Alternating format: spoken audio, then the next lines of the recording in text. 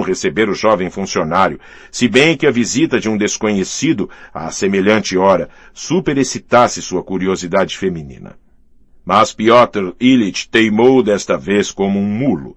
Vendo-se repelido, insistiu imperiosamente e fez dizer aos mesmos termos que se tratava de um assunto muito importante e que a senhora lamentaria talvez depois não o ter recebido. A criada de quarto olhou com espanto e voltou para levar o recado. A senhora Koklakova ficou estupefata, refletiu, perguntou que aspecto tinha o visitante e soube que estava bem trajado, era jovem e bastante polido. Notemos, de passagem, que Piotr Ilyich era belo rapaz e sabia disso. A senhora Koklakova decidiu aparecer. Estava em roupão de quarto e de chinelas e lançou um chale preto sobre os ombros. O funcionário foi convidado a entrar no salão. A dona da casa apareceu com ar interrogador e, sem mandar o visitante sentar-se, convidou-o a explicar-se. Permito-me incomodá-la, minha senhora, a respeito de nosso conhecido comum, Dmitri Fyodorovich Karamazov, começou Pierkotin.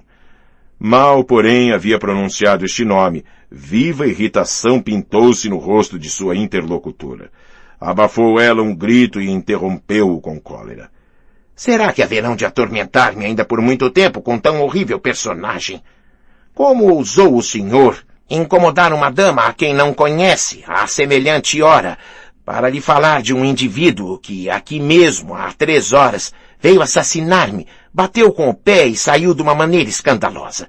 Saiba, senhor, que darei queixa contra o senhor. Queira retirar-se imediatamente. Sou mãe. Então queria ele matá-la também? Será que ele já matou alguém? Perguntou impetuosamente a senhora Koklakova.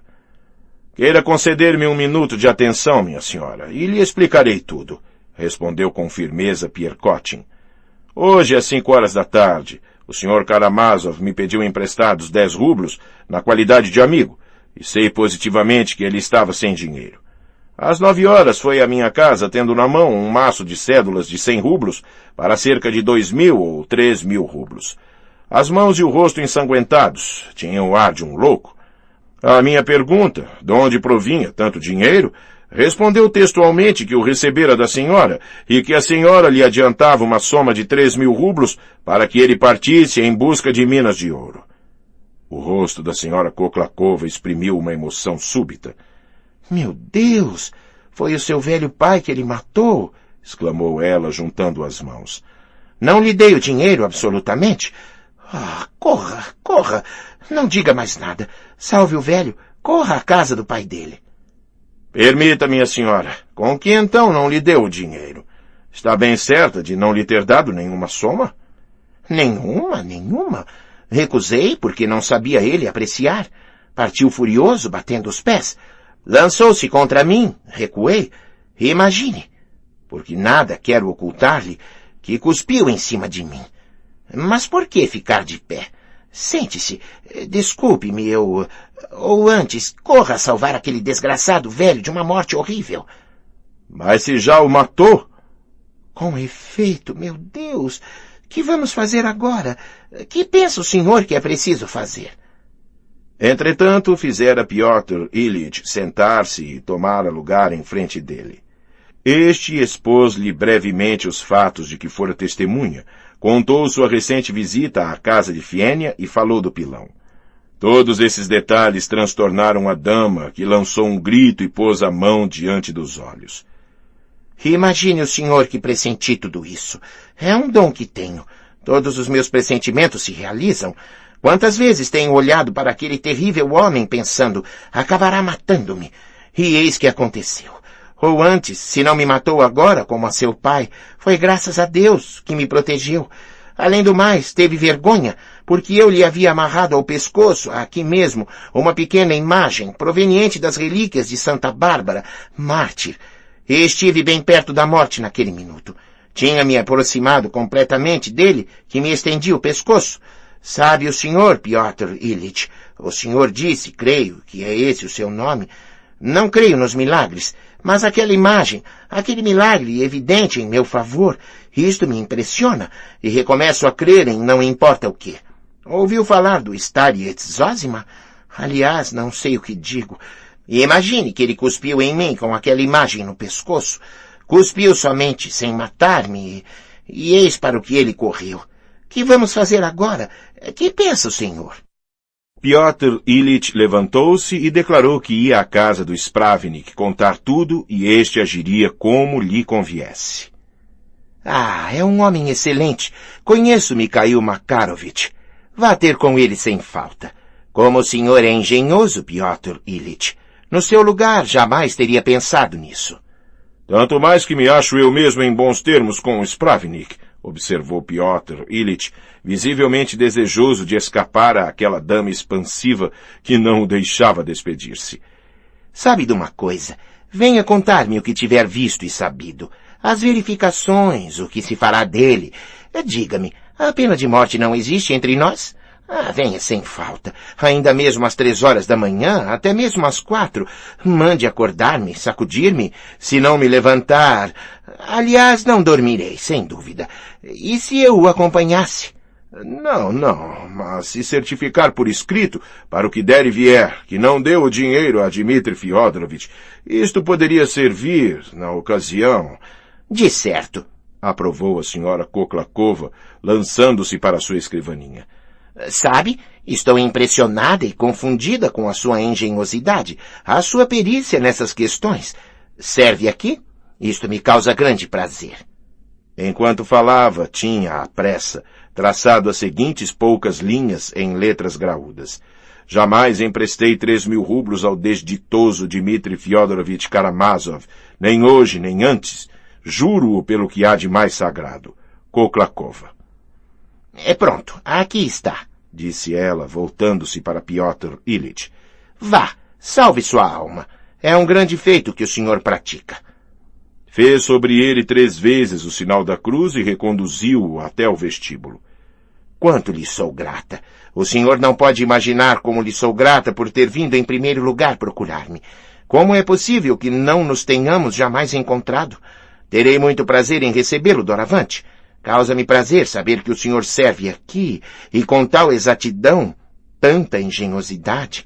Mas devem apreciá-lo, compreendê-lo, enfim, e tudo quanto eu puder fazer pelo senhor, esteja certo. Gosto da mocidade, sou doida por ela. As pessoas jovens são a esperança de nossa infeliz Rússia de hoje. Vá. Mas Piotr Ilich já se havia escapulido, senão não o teria ela deixado partir tão depressa. Aliás, a senhora Koklakova causara nele uma impressão bastante agradável, que amenizava mesmo sua apreensão de estar metido num negócio tão escabroso. Sabe-se que os gostos variam muito. E ela não é lá tão idosa, pensava ele com satisfação. Pelo contrário, tê-la ia tomado por sua filha. Quanto à senhora Koklakova, estava simplesmente encantada. Uma tal habilidade, uma tal precisão em homem tão jovem, com suas maneiras e seu exterior. Pretende-se que os jovens de hoje não prestam para nada, eis um exemplo, etc, etc. Tanto que ela se esqueceu até daquele horrendo acontecimento. Uma vez deitada, somente, é que se lembrou de quão perto da morte estivera e murmurou: é horrível, horrível. Mas adormeceu logo num sono profundo. Não me teria, aliás, estendido sobre detalhes tão insignificantes se esse encontro singular do jovem funcionário com uma viúva ainda frescalhota não tivesse influído, posteriormente, sobre toda a carreira daquele rapaz metódico. Recorda-se isso mesmo com espanto em nossa cidade, e diremos talvez uma palavra a respeito ao terminar a longa história dos irmãos Karamazov. 2. O Alarma. Nosso Spravnik Mikhail Makarovich, tenente-coronel reformado, que se tornara conselheiro de corte, era um honrado homem. Estabelecido em nossa cidade havia 3 anos apenas, conseguira atrair a simpatia geral porque sabia reunir a sociedade. Havia sempre gente em casa dele, fosse apenas 1 ou 2 pessoas para jantar. Não teria podido viver sem isso. Os pretextos mais variados motivavam os convites. A comida não era fina, mas abundante. Os pastéis de peixe excelentes. A quantidade dos vinhos compensava-lhes a mediocridade. Na primeira sala encontrava-se um bilhar com cavalos de corrida ingleses enquadrados em molduras negras nas paredes, o que constitui, como se sabe, o ornamento necessário de todo o bilhar em casa de um celibatário. Todas as noites jogava-se baralho, mas muitas vezes a melhor sociedade de nossa cidade reunia-se para dançar, as mães com suas filhas. Mikhail Makarovich, embora viúvo, vivia em família, com sua filha viúva e suas 2 netas. Estas, que tinham terminado seus estudos, eram bastante gentis e alegres, e se bem que sem dote, atraíam para a casa de seu avô a juventude mundana. Em negócios, Mikhail Makarovich era bastante limitado, mas exercia suas funções tão bem quanto muitos outros.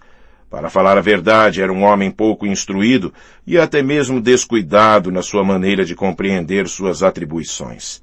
Tinha vistas curtas a respeito de certas reformas do presente reinado, não por incapacidade, mas por indolência, não achando tempo para estudá-las. Tenho mais alma de militar que de civil, dizia, falando de si mesmo. Não tinha ainda uma ideia nítida das bases da reforma do camponês, que aprendia a conhecer pouco a pouco, pela prática e malgrado seu. No entanto, era ele próprio proprietário rural.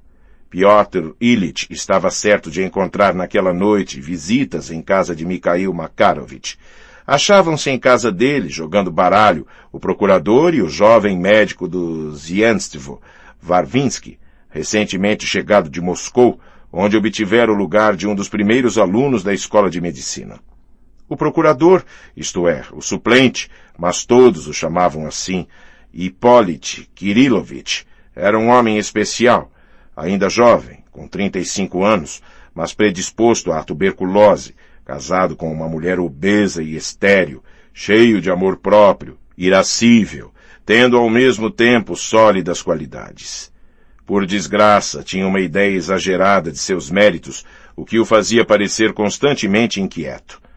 Tinha mesmo pendores artísticos, certa penetração psicológica aplicada aos criminosos e ao crime.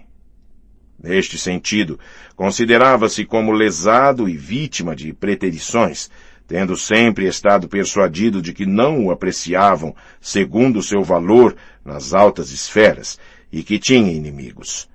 Nas horas de desencorajamento, ameaçava mesmo tornar-se advogado criminal. O caso Karamazov galvanizou-o inteiramente. Um caso que podia apaixonar a Rússia, mas estou antecipando. Na sala contígua achava-se, com as senhoritas, o jovem juiz de instrução Nikolai Parvienovich Nielyudov, chegado havia 2 meses de Petersburgo. Causou espanto mais tarde que essas personagens se tivessem reunido como que de propósito na noite do crime, na casa do Poder Executivo. Entretanto, não havia nada naquilo que não fosse bastante natural. A mulher de Hippolyte Kirillovich estava com dor de dentes desde a véspera e era-lhe preciso a ele subtrair-se de suas queixas. O médico só podia passar o serão jogando baralho. Quanto a Nikolai Parvienovich Nielyudov, projetara fazer visita naquela noite a Mikhail Makarovich, como que por acaso, a fim de surpreender sua filha mais velha, Olga Mikhailovna, que fazia anos. Conhecia seu segredo, porque, segundo ele, queria ela dissimulá-lo para não convidar a dançar. Isto se prestava a alusões zombeteiras à idade dela, que temia revelar. Amanhã falaria ele a todo mundo, etc. Aquele gentil rapaz era, a este respeito, um grande descarado. Assim o tinham denominado nossas damas, e ele não se queixava disso. Pertencente à melhor sociedade, de família distinta, bem educado, era aquele gozador inofensivo e sempre correto. De baixa estatura e compleição delicada, trazia sempre em seus dedos delgados alguns grossos anéis. No exercício de seu cargo tornava-se muito grave, tendo uma alta ideia de seu papel e de suas obrigações. Sabia sobretudo confundir, por ocasião dos interrogatórios, os assassinos e outros malfeitores da ralé, e suscitava neles certo espanto, senão respeito por sua pessoa. Ao chegar em casa do Spravnik, ficou Piotr Ilyich estupefato por ver que todos estavam informados. Com efeito, tinham cessado de jogar e discutiam a notícia. Nikolai Parvienovich tinha mesmo um ar belicoso. Piotr Ilyich soube com estupor que o velho Fyodor Pavlovich fora efetivamente assassinado naquela noite em sua casa, assassinado e roubado. Acabava-se de sabê-lo da maneira seguinte. Marfa Ignatievna, a mulher de Gregório, malgrado o sono profundo em que estava mergulhada, despertou de repente, sem dúvida aos gritos de Smirdiakov, que jazia no quartinho vizinho. Jamais pudera habituar-se àqueles gritos do epilético, precursores da crise e que a apavoravam. Ainda semi-adormecida, levantou-se e entrou no quarto de Smirdiakov. No escuro, ouvia-se o doente estertorar, debater-se. Tomada de medo, chamou seu marido, mas refletiu que, ao levantar-se, não vira seu marido a seu lado na cama. Voltou a tatear o leito. Estava vazio. Correu para o patamar e chamou-o timidamente. Como resposta, ouviu, no silêncio noturno, gemidos distantes. Prestou atenção. Os gemidos repetiram-se. Partiam mesmo do jardim. Meu Deus, parecem os gemidos de Lisavieta Smirdiachaya. Desceu e percebeu que a portinha do jardim estava aberta. Deve estar lá, o coitado. Aproximou-se e ouviu Gregório chamá-la distintamente. Marfa, Marfa! Com uma voz fraca e dolorida. Meu Deus, preservai-nos! Murmurou Marfa, que se lançou na direção de Gregório. Encontrou-o a 20 passos da paliçada, onde ele caíra. Tendo voltado a si, tivera de arrastar-se muito tempo, perdendo várias vezes os sentidos. Notou ela logo que ele estava todo ensanguentado e pôs-se a gritar. Gregório murmurava fracamente palavras entrecortadas. Matou o pai. Por que gritas, idiota? Corre! Chama! Marfa Ignatievna não se acalmava. De repente, vendo a janela de seu patrão aberta e iluminada, correu para lá e pôs-se a chamar Fyodor Pavlovich. Mas, tendo olhado para dentro do quarto, um terrível espetáculo se ofereceu. Jazia ele de costas, inerte. Seu roupão claro e sua camisa branca estavam inundados de sangue. A vela, que ficara em cima da mesa, iluminava vivamente o rosto do morto. Aterrorizada, Marfa Ignatievna saiu correndo do jardim, abriu o portão e precipitou-se em casa de Maria Kondratievna. As duas vizinhas, a mãe e a filha, dormiam. As pancadas redobradas batidas nos postigos despertaram-nas. Com palavras incoerentes, Marfa Ignatievna contou-lhes a coisa e chamou-as em socorro. Como que de propósito, dormia em casa delas naquela noite o vagabundo Fomá. Fizeram-no levantar-se imediatamente e todos acorreram ao local do crime. Em caminho, Maria Kondratievna lembrou-se de ter ouvido, cerca das 9 horas, um grito agudo. Era precisamente o parricida de Gregório, quando havia agarrado pela perna Dmitri Fyodorovich, que já subira na paliçada. Chegadas junto de Gregório, as duas mulheres, com a ajuda de Fomá, transportaram-no para o pavilhão. À luz, verificou-se que Smirdiakov continuava presa de sua crise, os olhos revirados, a espuma nos lábios. Lavaram a cabeça do ferido com água e vinagre, o que o reanimou completamente. Sua primeira pergunta foi para saber se Fyodor Pavlovich ainda estava vivo. As duas mulheres e Fomá voltaram ao jardim e viram que não somente a janela, mas a porta da casa estava escancarada, quando havia uma semana que o barin se fechava a 2 voltas todas as noites, e nem mesmo a Gregório permitia que batesse sob qualquer pretexto. Não ousaram entrar com medo de atraírem complicações. Por ordem de Gregório, Maria Kondratievna correu à casa do Spravnik a dar o alarma. Precedeu de 5 minutos Pyotr Ilyich, de sorte que este chegou como testemunho ocular, confirmando pela sua narrativa as suspeitas contra o presumido autor do crime, o que havia ele recusado crer até então no fundo de seu coração. Resolveu-se agir energicamente. As autoridades judiciárias dirigiram-se aos locais e procederam a uma investigação. O médico do Zienstvo, um novato, ofereceu-se a acompanhá-las. Resumo os fatos. Fyodor Pavlovich tinha a cabeça partida, mas com que arma? Provavelmente a mesma que servira em seguida para golpear Gregório. Este, depois de ter recebido os primeiros cuidados, fez, malgrado sua fraqueza, um relato bastante lógico do que lhe acontecera. Procurando-se com uma lanterna perto da paliçada, encontrou-se numa aléia, bem à vista, o pilão de cobre. Não havia desordem alguma no quarto de Fyodor Pavlovich, exceto ter-se encontrado, por trás do biombo, perto do leito, um envelope de grande formato, em papel forte, com os dizeres: 3.000 rublos para meu anjo, Grushenka, se ela quiser vir. Mas embaixo Fyodor Pavlovich acrescentara: e para minha franguinha. O envelope, que trazia 3 grandes sinetes em cera vermelha, estava rasgado e vazio. Encontrou-se no chão a fita cor-de-rosa que o amarrava. No depoimento de Piotr Ilyich, uma coisa atraiu a atenção dos magistrados: a suposição de que Dmitri Fyodorovich se suicidaria na manhã seguinte, segundo suas próprias palavras, a pistola carregada, o bilhete que escrevera, etc., etc.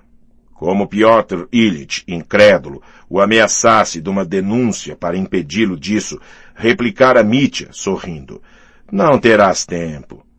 Era preciso, pois, apressarem-se a ir a Mokroe para apanhar o criminoso, antes que pusesse ele fim a seus dias. Está claro, repetiu o procurador superexcitado. Semelhantes cabeças loucas agem sempre assim. Fazem a farra antes de morrer. O relato das compras de Dmitri acalorou-o ainda mais. Lembrem-se, senhores, de que o assassino do comerciante Olsufiev, que se apoderou de 1.500 rublos, teve como primeiro cuidado mandar frisar os cabelos, depois ir à casa das mulheres, sem se dar ao trabalho de ocultar o dinheiro. Mas o inquérito, as formalidades exigiam tempo. Assim despachou-se para Mokroe o Stanovoi Mavrikich Shmertsov, que viera à cidade receber seus vencimentos.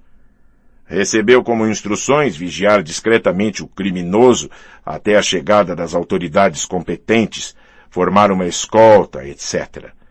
Guardando o incógnito, pôs somente ao corrente de uma parte do caso Trifon Borisovich, seu velho conhecido.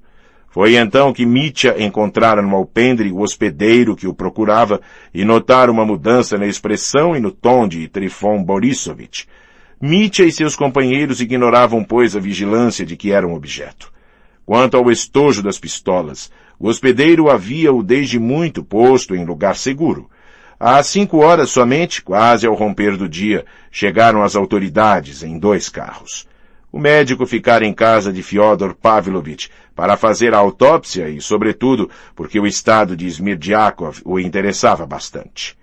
Crises de epilepsia tão violentas e tão prolongadas durante 2 dias são bastante raras e pertencem à ciência, declarou a seus companheiros por ocasião da partida deles, e estes o felicitaram, rindo, por aquele achado. Afirmara mesmo que Smirdyakov não viveria até o amanhecer. Depois desta digressão um tanto longa, mas necessária, retomamos nossa narrativa onde a deixamos. 3. Purgatórios de uma alma. Primeiro purgatório. Mitya fitava os presentes com um ar estupidificado, sem compreender o que se dizia. De repente levantou-se, estendeu as mãos no ar e exclamou: não sou culpado, não derramei o sangue de meu pai. Queria matá-lo, mas sou inocente, não fui eu. Apenas acabava ele de falar, surgiu Grushenka de trás das cortinas e caiu aos pés do Spravnik. Sou eu, maldita, que sou a culpada, gritou ela, chorando, de mãos estendidas. Foi por minha causa que ele matou. Aquele pobre velho que não mais existe. Eu o torturei. Sou eu a principal culpada. Sim, és tu, criminosa. És uma desavergonhada, uma mulher depravada, vociferou Spravnik, ameaçando-a com o punho. Fizeram-no calar-se imediatamente. O procurador chegou mesmo a agarrá-lo. Isto é desordem, Mikhail Makarovich. O senhor perturba o inquérito e estraga o caso. Estava quase sufocado. É preciso tomar providências, gritava de seu lado Nikolai Parvenovich. Não se pode tolerar isso. Julguem-nos juntos, continuava Grushenka, sempre de joelhos. Executem-nos juntos. Estou pronta a morrer com ele. Grusha, minha vida, meu sangue, meu tesouro sagrado, disse Mitya, ajoelhando-se ao lado dela e abraçando-a. Não acreditem nela. Está inocente, completamente inocente. Separaram-nos à força, levaram para fora a jovem mulher. Ele desfaleceu e só voltou a si depois, sentado à mesa e cercado das pessoas com placas de metal. Em frente, sobre o divã, achava-se Nikolai Parvenovich, o juiz de instrução, que o exortava, da maneira mais cortês, a beber um pouco de água. Isto o refrescará, o acalmará. Não tenha medo, não se inquiete. Mitya interessava-se bastante pelos grossos anéis dele, um com uma ametista, o outro com uma pedra amarelo clara, de um brilho magnífico. Por muito tempo depois, lembrava-se ele com espanto que aqueles anéis o fascinavam durante as penosas horas do interrogatório e de que não podia destacar deles os olhos. À esquerda de Mitya achava-se o procurador. À direita, um jovem de jaquetão de caça bastante usado, diante de um tinteiro e papel. Era o secretário do juiz de instrução. Na outra extremidade do quarto, perto da janela, mantinham-se o Spravnik e Kolgamov. Beba água, repetia docemente pela 10ª vez o juiz de instrução. Já bebi, senhores, já bebi. Pois bem, esmagai-me, condenai-me, decidi minha sorte, exclamou Mitya, fixando-o. Com que, então, afirma o senhor estar inocente da morte de seu pai, Fyodor Pavlovich? Inocente. Derramei o sangue de outro velho, mas não o de meu pai. E o deploro. Matei, mas é duro ver-se acusado de um crime horrível que não se cometeu. É uma acusação terrível, senhores. Um verdadeiro golpe de massa. Mas quem, então, matou meu pai? Quem podia matá-lo, senão eu? É prodigioso, é um absurdo impossível. Vou dizer-lhe, começou o juiz, mas o procurador, chamaremos assim o suplente, depois de ter trocado uma olhadela com ele, disse a Mitya: o senhor se atormenta inutilmente a respeito do velho criado Gregório Vassiliev. Saiba que está vivo. Recuperou os sentidos, e malgrado o golpe terrível que o senhor lhe assestou, de acordo com os depoimentos de ambos, escapará com certeza. Tal é a opinião do médico. Vivo? Está vivo? Exclamou Mitya, de mãos juntas, o rosto radiante. Meu Deus! Rendo-te graças por esse milagre insigne que concedes ao pecador, ao acelerado que sou, à sua prece, porque rezei a noite inteira. E benzeu-se 3 vezes. Esse mesmo Gregório prestou a respeito do senhor um depoimento de tal gravidade que... prosseguiu o procurador, mas Mitya levantou-se bruscamente. Um instante, senhores, por favor. Nada mais que um instante. Vou ter com ela. Com licença. É impossível agora, exclamou Nikolai Parvenovich, que também se levantou. Os policiais seguraram Mitya, que tornou a sentar-se, aliás, de bom grado. É pena.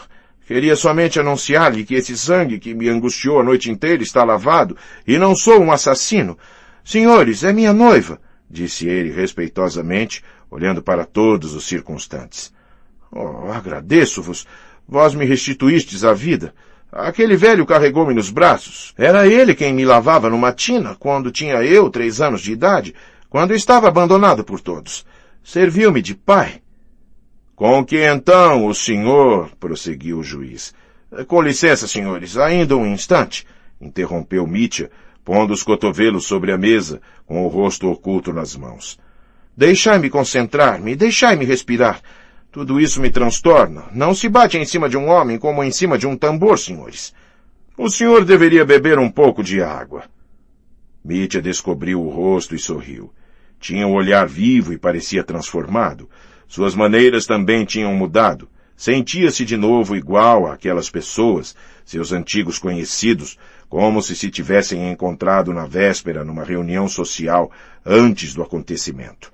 Notemos que Mitya havia, a princípio, sido recebido cordialmente em casa do Spravnik, mas que, posteriormente, no derradeiro mês, sobretudo, quase cessara de frequentar-lhe a casa. O Spravnik, quando o encontrava na rua, por exemplo, fechava a cara e só o cumprimentava por polidez, o que não escapava a Mitya. Conhecia ainda menos o procurador, mas visitava, sem bem saber porquê, sua mulher, senhora nervosa e caprichosa. Ela o recebia sempre graciosamente e testemunhava interesse por ele.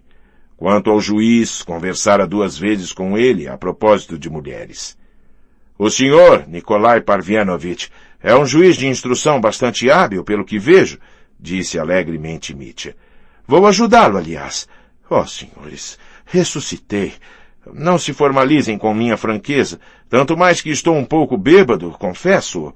Parece-me ter tido a honra e o prazer de tê-lo encontrado, Nikolai Parvianovich, em casa de meu parente Miusov.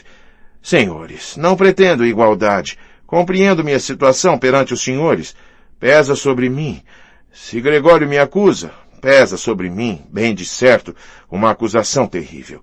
Compreendo-o muito bem. Mas, de fato, senhores, estou pronto e em breve poderemos tudo terminar.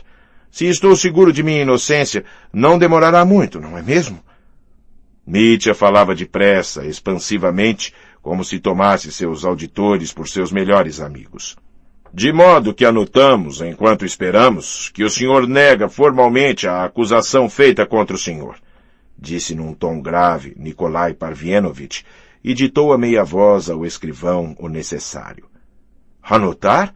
Quer anotar isso? Pois seja, consinto. Dou meu pleno consentimento, senhores. Somente vejam. Espere, escreva isto. É culpado de violências, de ter assestado golpes terríveis em um pobre velho. E depois, no meu foro íntimo, no fundo do coração, sinto-me culpado. Mas isto não é preciso escrever. É minha vida privada, senhores. Isto não lhes diz respeito. São segredos do coração. Quanto ao assassinato de meu velho pai, sou inocente. É uma ideia monstruosa. Provar-lhes-ei. Ficarão os senhores convencidos imediatamente. Rirão mesmo de suas suspeitas. Acalme-se, Dmitri Fyodorovich, disse o juiz. Antes de prosseguir o interrogatório, quereria, se o senhor consentir em responder, que me confirmasse um fato. O senhor não gostava do defunto, parece. Tinha constantes brigas com ele. Aqui, pelo menos, há 1/4 de hora, declarou ter tido a intenção de matá-lo. Não o matei, disse o senhor, mas quis matá-lo. Disse isso? Bem possível, sim. Várias vezes quis matá-lo, desgraçadamente. O senhor o queria? Consente em explicar-nos os motivos desse ódio contra seu pai? Que adianta explicar, senhores? Disse Mitya com um ar sombrio, erguendo os ombros. Não ocultava meus sentimentos. Toda a cidade os conhece. Não há muito tempo manifestei-os no mosteiro, na cela do Stariets Zosima. Na noite do mesmo dia, bati em meu pai e quase o matei, jurando diante de testemunhas que voltaria para matá-lo. As testemunhas não faltam. Gritei isto durante 1 mês. O fato é patente, mas os sentimentos são outro negócio. Vejam, senhores, acho que não tenho direito de interrogar-me a respeito. Malgrado a autoridade de que estão revestidos, é um negócio íntimo que só a mim interessa. Mais uma vez que não ocultei meus sentimentos antes, falei deles a todo mundo no botequim, então não farei disso um mistério agora. Vejam, senhores, compreendo que há contra mim acusações esmagadoras. Disse a todos que o mataria e eis que o matam. Não serei eu o culpado em semelhante caso? Eu os desculpo, senhores. Eu os desculpo absolutamente. Eu mesmo estou estupefato. Quem é, pois, o assassino, neste caso, se não eu? Não é verdade? Se não sou eu, quem é, então? Senhores, quero saber. Exijo que me digam onde foi ele morto, como, com que arma. Olhou longamente o juiz e o procurador. Nós o encontramos caído no soalho, em seu gabinete, com a cabeça arrebentada, disse o procurador. É terrível, senhores. Mitya estremeceu, apoiou os cotovelos na mesa, ocultou o rosto com sua mão direita.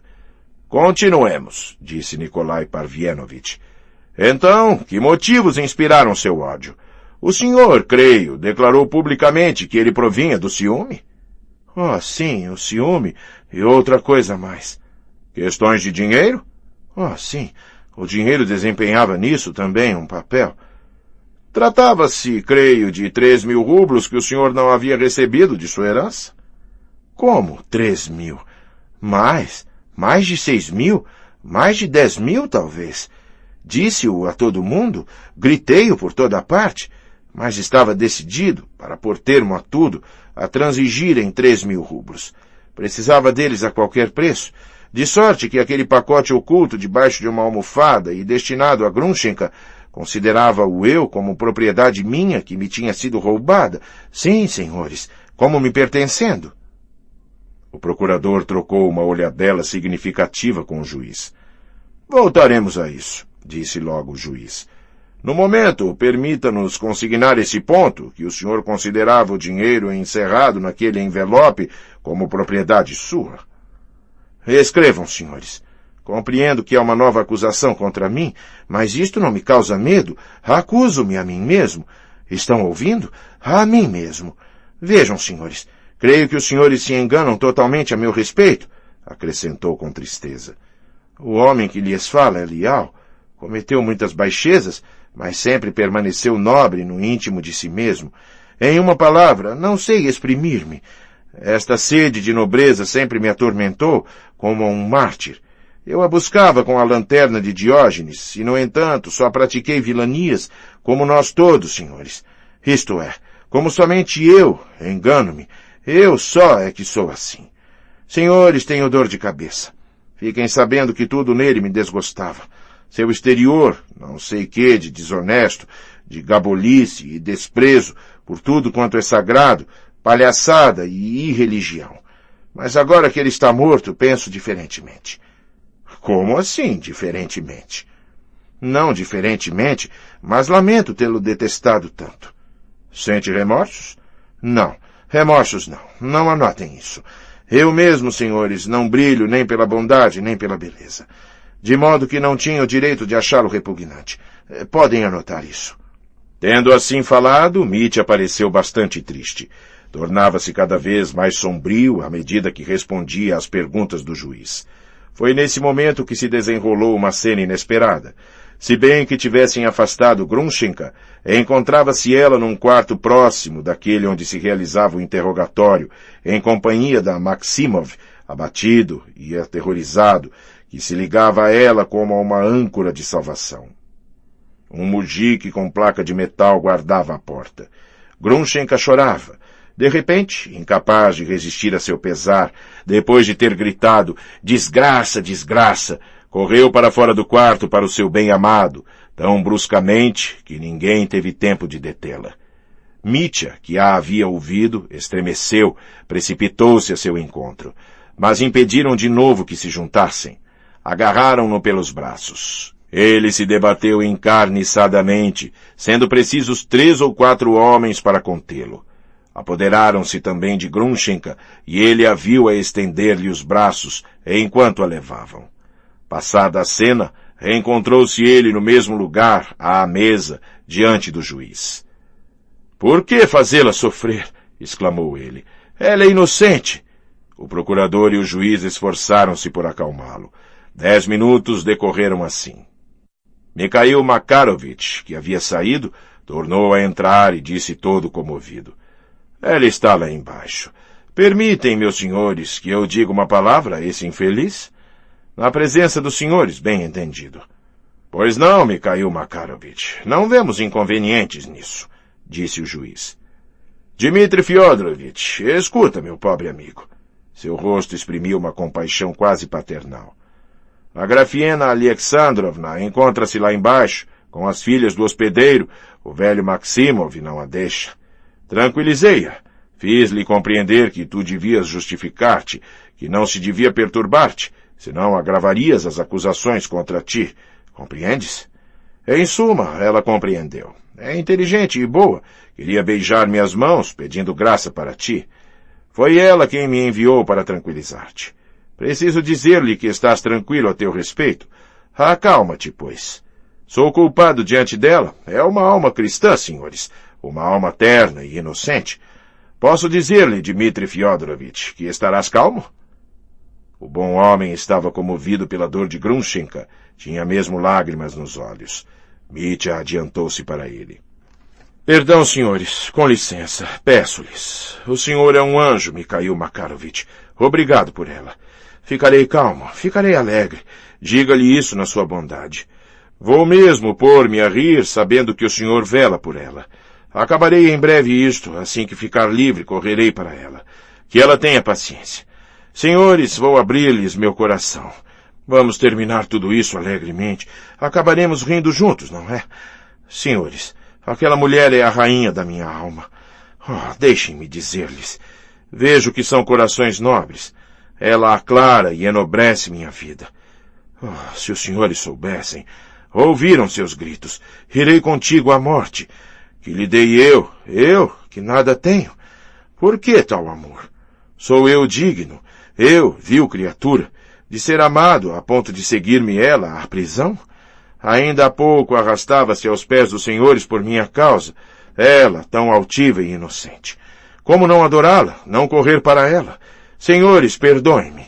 Agora, eis-me consolado. Caiu sobre uma cadeira e, cobrindo o rosto com as mãos, pôs-se a soluçar. Mas eram lágrimas de alegria.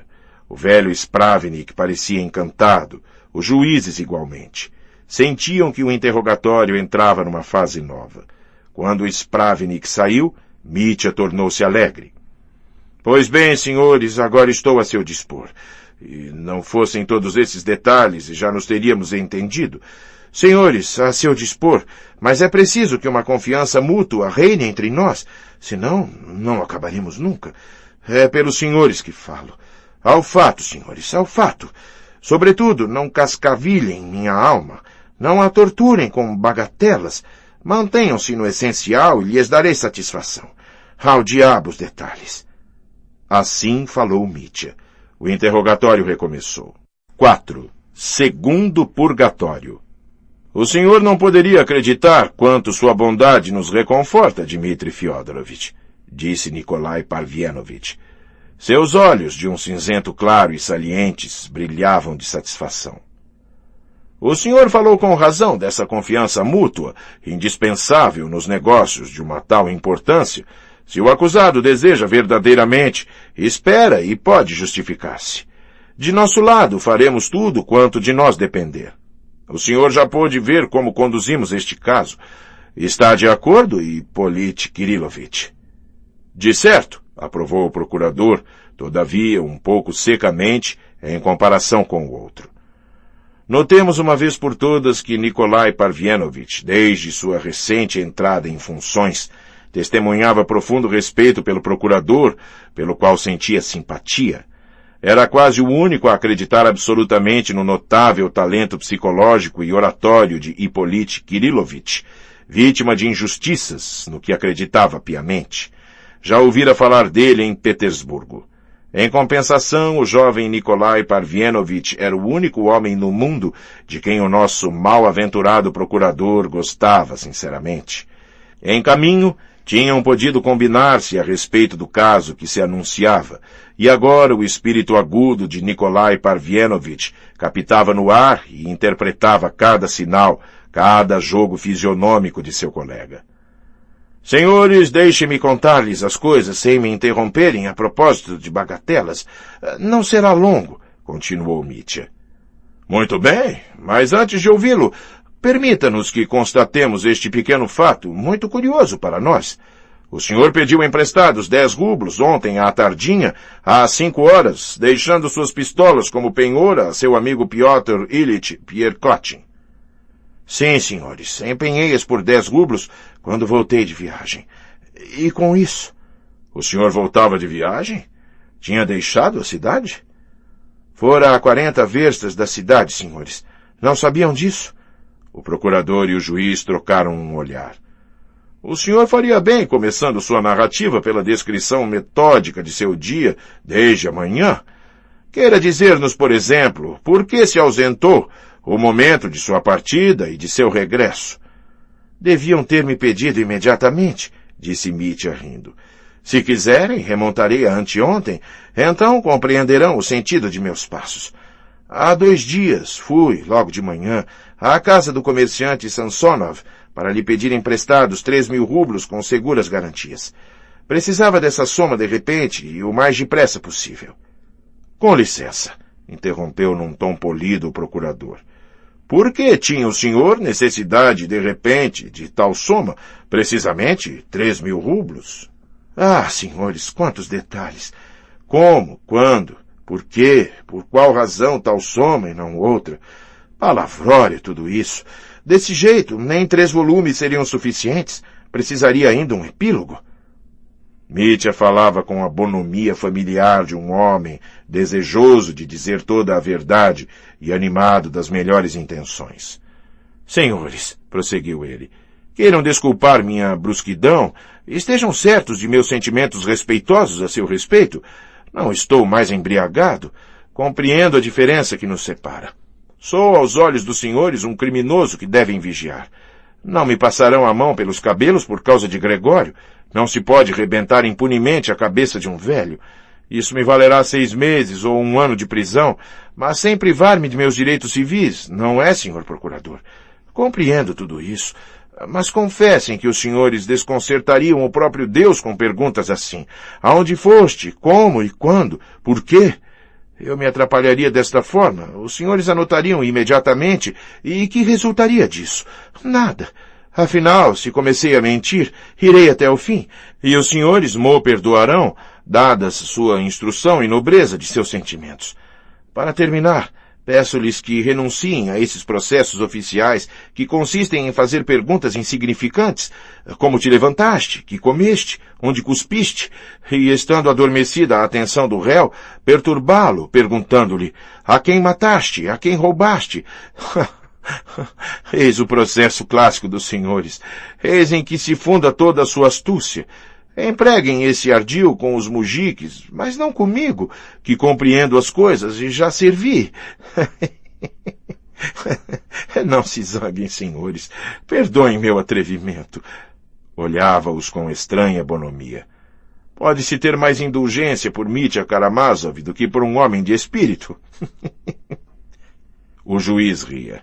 O procurador permanecia grave, não desfitava os olhos de Mitya, observava atentamente seus menores gestos e os movimentos de sua fisionomia.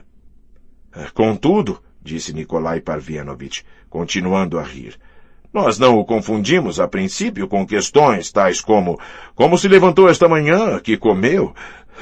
Fomos mesmo demasiado depressa ao alvo. Compreendo. Aprecio a bondade dos senhores. Estamos todos 3 de boa fé. Deve reinar entre nós a confiança recíproca de pessoas do mundo ligadas pela nobreza e pela honra. Em todo caso, deixem-me olhá-los como meus melhores amigos nessas penosas circunstâncias. Isto não os ofende, não é, senhores? Pelo contrário, o senhor diz muito bem, Dmitri Fyodorovich, aprovou o juiz. E os detalhes, senhores? Todo esse processo chicanista, deixemo-los de lado, exclamou Mitya muito exaltado. Com eles não chegaremos a nenhum resultado. O senhor tem toda a razão, interveio o procurador. Mas mantenho minha pergunta. É-nos indispensável saber por que tinha o senhor necessidade desses 3.000 rublos. Para uma coisa ou outra, que importa? Para pagar uma dívida. A quem?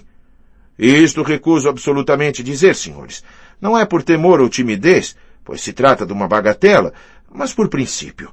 Isto diz respeito à minha vida privada, e não permito que nela se toque. Sua pergunta nada tem a ver com o caso, portanto, diz respeito à minha vida privada. Queria pagar uma dívida de honra, mas não direi a quem. Permita-nos anotar isso, disse o procurador. Peço-lhe, escreva que recuso dizê-lo, achando que não seria honroso fazê-lo. Vê-se bem que não lhes falta tempo para escrever. Permita-me, senhor, preveni-lo, lembrar-lhe ainda, se o ignora, disse num tom severo o procurador, que o senhor tem o direito absoluto de não responder às nossas perguntas, e que, de outra parte, não temos absolutamente o direito de exigir respostas que o senhor julgue que não deve dar. Mas devemos chamar sua atenção para o prejuízo que causa a si mesmo, recusando falar. Agora queira continuar. Senhores, não me estou zangando. Gaguejou Mitya, um pouco confuso diante daquela observação. Saibam que aquele Samsonov, a cuja casa fui... Bem entendido, não reproduziremos sua narrativa dos fatos, que o leitor já conhece. Na sua impaciência, queria o narrador contar tudo detalhadamente e, ao mesmo tempo, com rapidez. Mas tinha-se de tomar por escrito suas declarações à medida que eram feitas, donde a necessidade de fazê-lo por vezes parar. Dmitri Fyodorovich a isso se resignava, de má vontade. Exclamava por vezes: senhores, é de exasperar o próprio Deus, ou senhores, sabem que me irritam sem motivo? Mas apesar dessas exclamações, continuava expansivo. Foi assim que contou como Samsonov o mistificara. Dava-se perfeitamente conta disso agora. A venda do relógio por 6 rublos, a fim de arranjar o dinheiro da viagem, interessou bastante os magistrados, que ainda ignoravam isso. Com extrema indignação de Mitya, julgou-se necessário consignar com detalhes esse fato, que estabelecia de novo que na véspera também ele estava quase sem dinheiro algum. Pouco a pouco, Mitya tornava-se sombrio. Em seguida, depois de ter descrito sua visita a Liagav, a noite passada na Isbá e o começo de asfixia, abordou seu regresso à cidade e se pôs por si mesmo a descrever suas torturas de ciúme por causa de Grunchenka. Escutavam-no em silêncio e com atenção, anotando-se sobretudo o fato de que desde muito tempo tinha ele um posto de observação no jardim de Maria Kondratievna, para o caso de Grunchenka ir à casa de Fyodor Pavlovich, e que Smirdiakov lhe transmitia informações. Isto foi mencionado bem devidamente. Falou longamente de seu ciúme, malgrado sua vergonha em exibir seus sentimentos mais íntimos, por assim dizer, à desonra pública, mas dominava-a a fim de ser verídico. A severidade impassível dos olhares fixos nele, durante seu relato, acabou por perturbá-lo bastante fortemente. Esse rapazola, Nikolai Parvienovich, com quem tagarelava eu a respeito de mulheres há alguns dias, e esse procurador doentio não merecem que lhes conte isso, pensava ele tristemente. Que vergonha! Suporta, resigna-te, cala-te, concluía, enquanto se fortalecia para continuar. Chegado ao ponto de vista à casa da senhora Koklakova, voltou a ficar alegre e quis mesmo contar a seu respeito uma anedota recente, fora de propósito, mas o juiz interrompeu-o e convidou-o a passar ao essencial. Em seguida, tendo descrito seu desespero e falado do momento em que, ao sair da casa daquela senhora, tinha mesmo pensado em estrangular alguém para arranjar os 3.000 rublos, fizeram-no parar para que fosse isso consignado. Por fim, contou como soubera da mentira de Grunchenka, que logo partira da casa de Samsonov, quando devia, afirmava ela, ficar em casa do velho até a meia-noite. Se não matei então aquela Fiênia, senhores, foi unicamente porque me faltava tempo, deixou ele escapar. Isto também ficou consignado. Mitya esperou com ar sombrio e ia explicar como entrara no jardim de seu pai, quando o juiz o interrompeu, e abrindo um grande guardanapo que se achava junto dele, em cima do divã, dali tirou um pilão de cobre. Conhece este objeto? Ah, sim, como não? Deixe-me vê-la. Ao diabo, é inútil. O senhor esqueceu-se de falar dele. Que diabo? Pensam que haveria de ocultar isso? Tinha-me esquecido, eis tudo. Quer contar-nos como arranjou esta arma? De boa vontade, senhores. E Mitya contou como pegar o pilão e saíra. Mas qual era sua intenção, apoderando-se deste objeto? Que intenção? Nenhuma. Peguei-o e saí correndo. Por que, então, se não tinha intenção? A irritação apoderava-se de Mitya. Fixava o rapazola com um mau sorriso, lamentava a franqueza que estava tendo com tal gente a propósito de seu ciúme. Que me importa o pilão?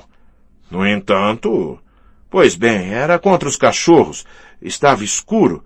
Prevenia-me. Antes, quando o senhor saía à noite, levava também uma arma, uma vez que receava tanto a escuridão? Com a breca.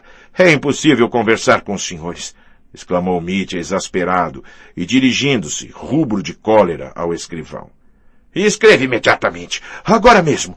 Pegou ele o pilão para ir matar seu pai, Fyodor Pavlovich, para lhe rebentar a cabeça.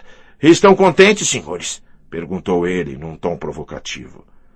Não podemos levar em conta tal depoimento inspirado pela cólera. Nossas perguntas lhe parecem fúteis e irritam-no, quando na verdade são muito importantes, disse secamente o procurador. Por favor, senhores, peguei esse pilão. Por que se pega alguma coisa em semelhante caso? Ignoro-o. Peguei-o e saí correndo. Eis tudo. É vergonhoso, senhores, mas deixemos isso, senão juro-lhes que não direi mais uma palavra. Pôs os cotovelos sobre a mesa, com a cabeça na mão. Estava sentado de lado em relação a eles e olhava à parede, esforçando-se por dominar um mau sentimento. Tinha com efeito grande vontade de levantar-se, de declarar que não diria mais uma palavra, ainda que tivessem de levá-lo a suplício. Vejam, senhores, ao ouvi-los, parece-me ter um sonho, como por vezes me acontece. Sonho muitas vezes que alguém me persegue, alguém de quem tenho muito medo, e me procura nas trevas. Oculto-me vergonhosamente atrás de uma porta, atrás de um armário. O desconhecido sabe, sobretudo, perfeitamente, onde me encontro, mas finge ignorá-lo a fim de atormentar por mais tempo, de brincar com o meu terror. É o que os senhores estão fazendo agora. É a mesma coisa. O senhor tem tais sonhos? Perguntou o procurador. Sim, tenho tais sonhos. Não vão anotar? Não, mas o senhor tem sonhos estranhos. Agora não é mais um sonho. É a realidade, senhores. O realismo da vida. Sou o lobo, os senhores são os caçadores. Sua comparação é injusta, disse mansamente Nikolai Parfienovitch. Absolutamente, senhores, disse Mitya com irritação, se bem que aliviado por sua brusca explosão de cólera. Os senhores podem recusar-se a crer num criminoso ou num acusado que torturam com suas perguntas, mas não num homem animado de nobres sentimentos. Digo-o ousadamente. Os senhores não têm o direito, mas... Silêncio, meu coração. Suporta. Resigna-te. Cala-te. Devo continuar? Perguntou ele áspero. Como não? Peço-lhe, disse Nikolai Parfienovitch. 5. Terceiro purgatório. Embora falando com brusquidão, Mitya pareceu ainda mais desejoso de não omitir nenhum detalhe. Contou como escalara a paliçada, caminhara até a janela e tudo quanto se passara então nele. Com precisão e clareza expôs os sentimentos que o agitavam, quando ardia por saber se Grunchenka estava ou não na casa. Coisa estranha, o procurador e o juiz escutavam com extrema reserva, de ar reberbativo, não fazendo senão raras perguntas. Mitya nada podia presumir da expressão de seus rostos. Estão irritados e ofendidos, pensou. Tanto pior. Quando contou que havia feito a seu pai o sinal, anunciando a chegada de Grunchenka, os magistrados não prestaram nenhuma atenção à palavra sinal, como se não compreendessem o alcance na circunstância. Mitya notou esse detalhe. Chegado ao momento em que, à vista de seu pai debruçado para fora da janela, fremira de ódio e tirara o pilão de seu bolso, parou de súbito, como de propósito. Olhava a parede e sentia os olhares dos juízes fixos nele. Pois bem, disse Nikolai Parfienovitch, o senhor agarrou sua arma e... que se passou em seguida? Em seguida? Matei. Descarreguei em meu pai um golpe de pilão que lhe fendeu o crânio. Segundo os senhores, foi assim, não é mesmo? Seus olhos cintilavam. Sua cólera acalmada reacendia-se em toda a sua violência. Segundo nós, mas segundo o senhor? Mitya baixou os olhos. Fez uma pausa. No que me diz respeito, senhores, no que me diz respeito, eis o que se passou. Recomeçou ele mansamente. Teria sido minha mãe que implorava a Deus por mim, um espírito celeste que me beijou a fronte naquele momento? Não sei, mas o diabo foi vencido. Afastei-me da janela e corri para a paliçada. Meu pai, que me avistou então, ficou com medo, lançou um grito e recuou vivamente. Lembro-me bastante bem. Eu já havia trepado na barreira quando Gregório me agarrou. Mitya ergueu enfim os olhos para seus ouvintes que o olhavam com ar impassível. Um frêmito de indignação percorreu-o. Senhores, zombam de mim.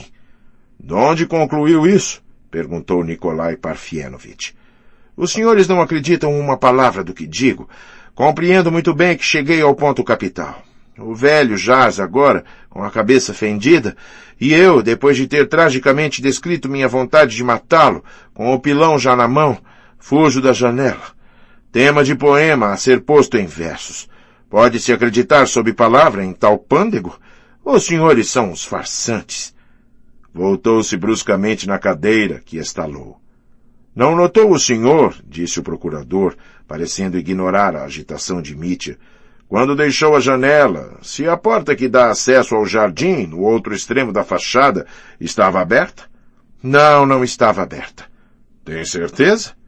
Estava, pelo contrário, fechada. Quem teria podido abri-la? Ah, a porta. Esperem. Pareceu reconsiderar e estremeceu. Os senhores encontraram-na aberta? Sim. Mas quem pôde abri-la, senão os senhores? A porta estava aberta. O assassino de seu pai seguiu esse caminho para entrar e para sair, disse o procurador, escandindo as palavras. É bastante claro para nós. O assassinato foi cometido evidentemente no quarto e não através da janela. Isto resulta do exame dos locais e da posição do corpo. Não há nenhuma dúvida a este respeito. Mitya estava confuso. Mas é impossível, senhores, exclamou ele totalmente transtornado. Eu não entrei. Afirmo-lhes que a porta ficou fechada durante todo o tempo em que eu estive no jardim e quando fugi. Conservava-me sob a janela e só vi meu pai do exterior. Lembro-me até o derradeiro minuto. Mesmo se não me lembrasse, estou certo disso, porque os sinais só eram conhecidos de mim, de Smirdiakov e do defunto, e sem sinais ele não teria aberto a ninguém no mundo. Que sinais? Perguntou com ardente curiosidade o procurador, cuja reserva desapareceu logo. Interrogava com uma espécie de hesitação, pressentindo um fato importante, e receava que Mitya se recusasse a explicá-lo. Ah, o senhor não sabia? Disse Mitya, piscando o olho, com um sorriso irônico. E se eu recusasse responder? Quem os informaria? O defunto, eu e Smirdiakov eram os únicos a conhecer o segredo. Deus também o sabe, mas ele não o dirá aos senhores. Ora, o fato é curioso e sobre ele pode-se construir à vontade. Consolem-se, senhores. Eu lhes revelarei o segredo. Seus temores são vãos. Os senhores não sabem com quem tende a vir-se. O acusado depõe contra si mesmo, sim, porque sou um cavalheiro de honra, mas os senhores não. O procurador engolia essas pílulas na sua impaciência de conhecer o fato novo. Mitya explicou pormenorizadamente os sinais imaginados por Fyodor Pavlovich para Smirdiakov, o sentido de cada pancada na janela. Reproduziu-os mesmo em cima da mesa. Tendo-lhe Nikolai Parfenovich perguntado se ele havia feito então ao velho o sinal convencionado para a chegada da Grunchenka, Mitya respondeu afirmativamente. Agora, construam sobre isso uma hipótese, cortou ele, voltando-se com desdém. De modo que seu defunto pai, o senhor, e o criado Smirdiakov eram os únicos a conhecer esses sinais? Insistiu o juiz. Sim, o criado Smirdiakov e depois Deus. Notem isto. Devem os senhores mesmo recorrer a Deus. Consignou-se bem entendido, mas naquele momento disse o procurador, como se lhe tivesse sobrevindo uma ideia.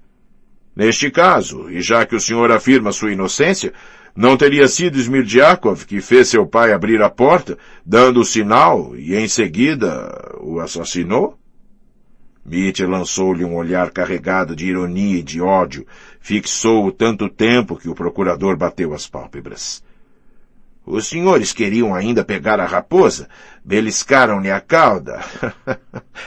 Pensavam que eu ia agarrar-me ao que os senhores insinuam e exclamar a plenos pulmões. Ah, sim, foi Smirdiakov, eis o assassino. Confessem que pensaram isto, confessem, e então continuarei. O procurador não confessou nada. Esperou em silêncio. Os senhores enganaram-se. Não acusarei Smirdiakov, declarou Mitya. E o senhor nem mesmo suspeita dele? Será que os senhores suspeitam? Nós também suspeitamos dele. Mitya baixou os olhos. Basta de brincadeiras. Escutem. Desde o começo, quase no momento em que saí de trás daquela cortina, esta ideia já me viera. Foi Smirdiakov. Sentado a esta mesa, quando gritava a minha inocência, o pensamento de Smirdiakov me perseguia. Agora, por fim, pensei nele, mas por espaço de um segundo, e logo disse a mim mesmo, não foi Smirdiakov. Esse crime não é obra dele, senhores. Não suspeita então de alguma outra personagem? Perguntou com precaução Nikolai Parfenovich. Não sei quem, Deus ou Satã, mas não Smirdiakov, disse resolutamente Mitya. Mas por que afirma o senhor com tal insistência que não foi ele? Por convicção, porque Smirdiakov é uma natureza vil e covarde, ou antes, o composto de todas as covardias caminhando em cima de 2 pés. Nasceu de uma galinha. Quando me falava, tremia de medo, pensando que eu ia matá-lo, quando nem mesmo levantava a mão. Lançava-se a meus pés chorando, beijava minhas botas, suplicando-me que não lhe fizesse medo. Entendem? Que não lhe fizesse medo. E eu mesmo dei-lhe presentes. É uma galinha epilética, um espírito fraco. Um menino de 8 anos, surraloía. Não foi Smirdiakov. Não gosta de dinheiro, recusava meus presentes. Aliás, por que teria ele matado o velho? É talvez seu filho natural, sabem disso? Conhecemos esta lenda, mas o senhor também é filho de Fyodor Pavlovich e, no entanto, andou dizendo a todo mundo que queria matá-lo. Mais outra pedra no meu jardim. É abominável, mas eu não tenho medo. Os senhores deviam ter vergonha de dizer-me isto em rosto, porque fui eu que lhes falei. Não somente quis matá-lo, mas podia tê-lo feito. Eu mesmo me acusei de ter estado a ponto de matá-lo. Mas meu anjo da guarda salvou-me do crime. Eis o que os senhores não podem compreender. É ignóbil da parte dos senhores, ignóbil, porque eu não matei. Entende, procurador? Não matei. Sufocava. Durante o interrogatório jamais estivera em semelhante agitação. E que lhes disse Smirdiakov? Concluiu após uma pausa. Posso sabê-lo? O senhor pode interrogar-nos sobre tudo quanto diga respeito aos fatos, respondeu friamente o procurador. E repito-lhe que concordamos em responder às suas perguntas. Encontramos o criado Smirdiakov em seu leito, sem conhecimento, presa de violenta crise de epilepsia, a 10ª, talvez, desde a véspera. O médico que nos acompanhava declarou, depois de ter examinado o doente, que não passaria ele, talvez, da noite. Então foi o diabo que matou meu pai, deixou Mitya escapar, como se sua derradeira dúvida desaparecesse. Voltaremos a este ponto, concluiu Nikolai Parfenovich. Queira continuar seu depoimento. Mitya pediu para repousar, o que lhe foi concedido com cortesia. Em seguida retomou seu relato, mas com esforço visível. Estava fatigado, indisposto, abalado moralmente. Além do mais, o procurador, como de propósito, irritava-o a cada instante, detendo-se em minúcias. Mitya acabava de descrever como, cavalgando a paliçada, assestara um golpe de pilão na cabeça de Gregório, que se agarrara à sua perna esquerda, depois saltara para junto do ferido, quando o procurador lhe pediu que explicasse com mais detalhes como se mantinha ele sobre a paliçada. Mitya admirou-se. Ora, estava sentado assim, a cavalo, com uma perna de cada lado. E o pilão? Tinha-o na mão. Não estava no seu bolso? Lembra-se desse detalhe? O senhor deve ter golpeado do alto. É provável. Por que essa observação? Quereria o senhor colocar-se sobre sua cadeira, como estava então na paliçada, para nos mostrar perfeitamente como e de que lado o senhor golpeou? Será que não está zombando de mim? Perguntou Mitya, olhando de alto a baixo o procurador. Mas este não fez nenhum movimento. Mitya pôs-se a cavalo sobre a cadeira e levantou o braço. Eis como golpeei, como matei. Estão satisfeitos? Agradeço-lhe. Não quererá explicar-nos agora por que, de novo, saltou para o jardim e com que fim? Com os diabos, para ver o ferido. Não sei por quê. Na perturbação em que se encontrava e no momento em que fugia? Sim, numa perturbação daquela e no momento de fugir. Queria ir-lhe em socorro? Como? Sim, talvez em socorro, não me lembro. Não se dava conta o senhor de seus atos? Dava-me bem conta deles. Lembro-me dos menores detalhes. Saltei para ver e enxuguei-lhe o sangue com o meu lenço. Vimos seu lenço. Esperava fazer o ferido voltar à vida? Não sei. Queria simplesmente certificar-me de que vivia ainda. Queria certificar-se. E então? Não sou médico, não posso julgar isso. Fugi pensando tê-lo matado. Muito bem, agradeço-lhe. É tudo quanto precisava saber. Queira continuar. Mitya não teve a ideia de contar, e no entanto se lembrava, que saltara por compaixão e pronunciara palavras de piedade diante de sua vítima. O velho está liquidado, tanto pior que aí fique. O procurador concluiu que o acusado saltara em tal momento e em tal perturbação somente para verificar com certeza se a única testemunha de seu crime vivia ainda. Quais deviam ser então a energia, a resolução, o sangue frio daquele homem, etc., etc. O procurador estava satisfeito. Exasperei esse homem irritável com minúcias e ele se traiu. Mitya prosseguiu penosamente. Desta vez foi Nikolai Parfienovitch que o interrompeu. Como pôde o senhor ir à casa da criada Fiedócia Markovna com as mãos e o rosto ensanguentados? Mas eu não sabia disso. É verossímil, isto acontece, disse o procurador, trocando uma olhadela com Nikolai Parfienovitch. O senhor tem razão, procurador, aprovou Mitya. Em seguida contou sua decisão de se afastar, de deixar o caminho livre aos amantes. Mas não pôde resolver-se, como ainda há pouco, a exibir seus sentimentos, a falar da rainha de seu coração.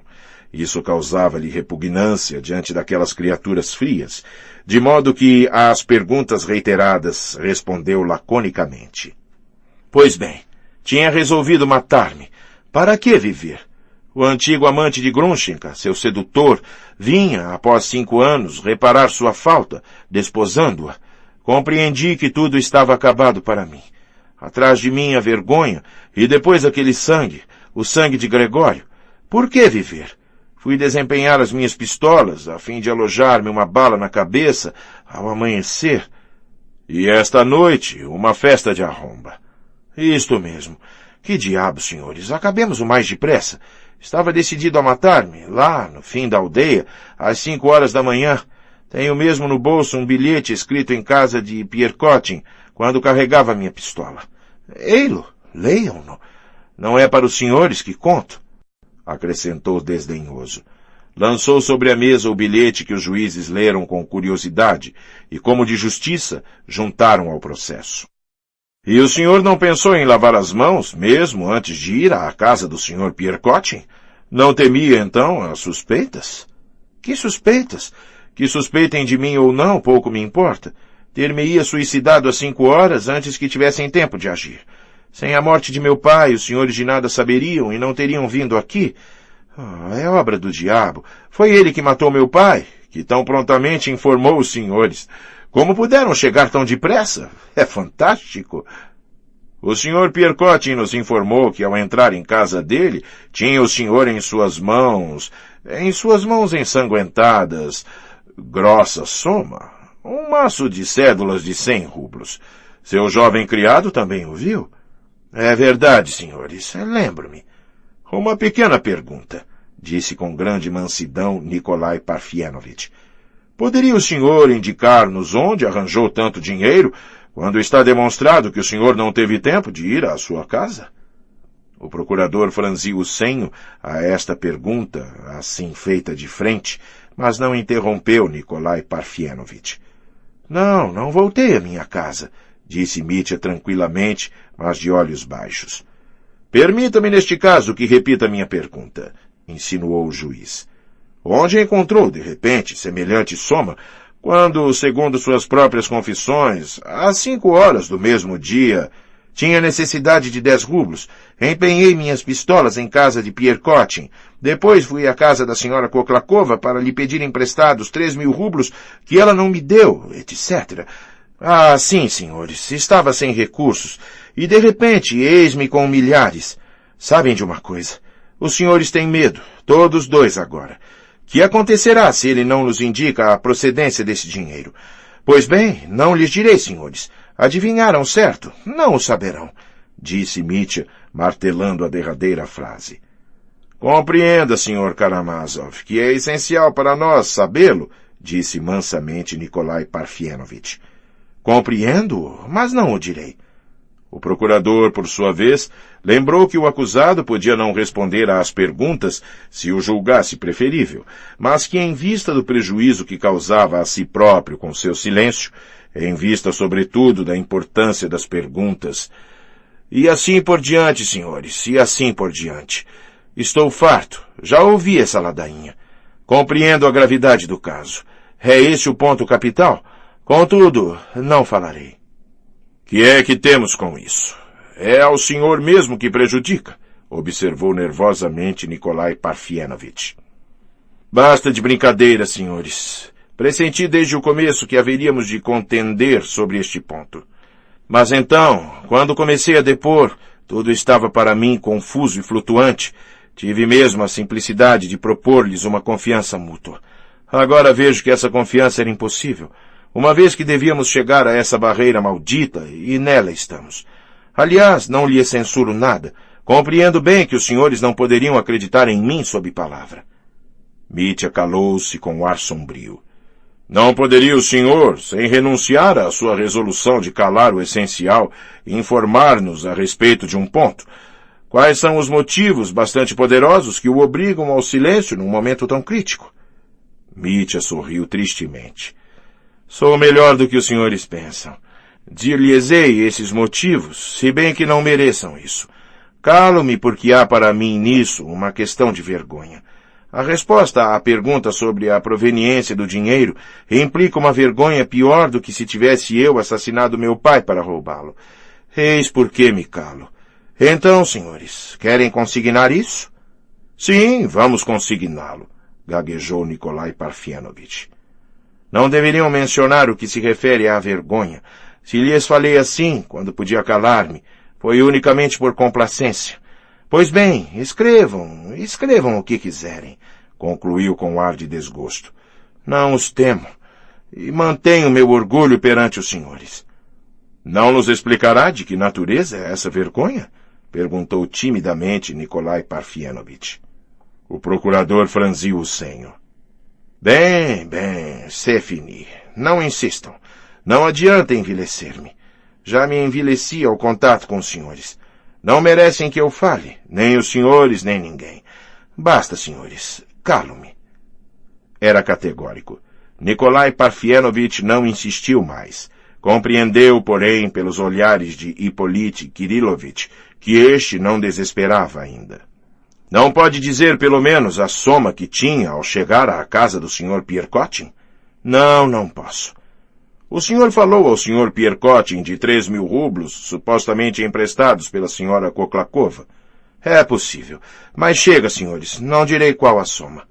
Então, queira dizer-nos como veio o senhor a Mokroe e tudo quanto aqui fez. Basta que interroguem as pessoas que estão aqui. Aliás, vou contar-lhes.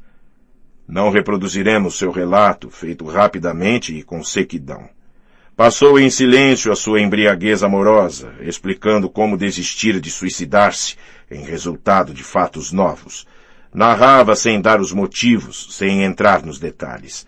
Os magistrados fizeram-lhe, aliás, poucas perguntas. Aquilo só lhes interessava medíocremente. Voltaremos a isso por ocasião dos depoimentos das testemunhas, que se realizarão, bem entendido, em sua presença, declarou Nikolai Parfienovitch, terminando o interrogatório. Por agora, queira depositar sobre a mesa tudo quanto tiver em seu poder, sobretudo seu dinheiro. O dinheiro, senhores? Às suas ordens, compreendo que é necessário. Admiro-me de não terem os senhores pensado nisso mais cedo. Ei-lo, meu dinheiro. Contem, tomem-no. Está tudo aí, creio. Esvaziou os bolsos, inclusive o dinheiro miúdo. Tirou 2 moedas de 10 copequês do bolso do colete. Fizeram a conta. Havia 836 rublos e 40 copequês. É tudo? Perguntou o juiz. Tudo. De acordo com seu depoimento, o senhor gastou 300 rublos na casa dos Plotnikov. Deu 10 rublos a Pierkotin, 20 ao cocheiro. Perdeu 200 no jogo. Em seguida, Nikolai Parfienovitch refez a conta, ajudado por Mitya. Até os copequês foram incluídos. Com esses 800, deveria o senhor ter, por consequência, cerca de 1.500 rublos. Isto mesmo. Todo mundo afirma que o senhor tinha muito mais. Pois que afirmem. O senhor também, aliás. Eu também. Verificaremos tudo isso pelos depoimentos de outras testemunhas. Não se inquiete a respeito de seu dinheiro. Será depositado em lugar seguro e posto à sua disposição. Ao terminar o processo, se ficar demonstrado que tem direito a ele. Agora... Nikolai Parfenovitch levantou-se e declarou a Mitya que tinha ele o encargo e o dever de examinar-lhe minuciosamente as roupas e tudo mais. Pois seja, senhores, revirarei os bolsos, se quiserem. E fez menção de fazê-lo. É preciso mesmo que tire suas roupas. Como? Tirar as roupas? Que diabo! Não me poderia o senhor revistar como estou? Impossível, Dmitri Fyodorovitch. É preciso que tire as roupas. Como quiser, consentiu Mitya com um ar sombrio. Somente não aqui, peço-lhe, por trás da cortina. Quem procederá à revista? De certo, por detrás da cortina, aprovou com um sinal de cabeça Nikolai Parfenovitch, cuja carinha expressava gravidade. 6. O procurador confunde Mitya. Passou-se então uma cena pela qual Mitya não esperava. Não teria jamais suposto, 10 minutos antes, que ousassem tratá-lo daquela maneira, a ele, Mitya Karamazov. Sobretudo, sentia-se humilhado, exposto à arrogância e ao desdém. Não lhe importava retirar sua sobrecasaca, mas pediram-lhe que se desvestisse completamente. Ou antes, ordenaram-lhe, dera-se bem conta disso. Submeteu-se sem murmurar, por altivez desdenhosa. Além dos juízes, alguns mujiques acompanharam-no para trás da cortina, sem dúvida para prestar mão forte, pensou Mitya, talvez mesmo com algum outro fim. Será preciso tirar também minha camisa? Perguntou ele bruscamente. Mas Nikolai Parfenovitch não lhe respondeu. Ele e o procurador estavam absorvidos pelo exame da sobrecasaca, das calças, do colete e do casquete, que pareciam interessá-los bastante. Que sem cerimônia! Nem mesmo observam a polidez necessária. Pergunto-lhes pela segunda vez se devo tirar minha camisa. Sim ou não? Disse Mitya com irritação. Não se inquiete, nós o preveniremos, respondeu Nikolai Parfenovitch, num tom que pareceu autoritário a Mitya. O procurador e o juiz entretinham-se a meia voz. A sobrecasaca trazia, sobretudo na aba esquerda, enormes manchas de sangue coagulado, bem como as calças.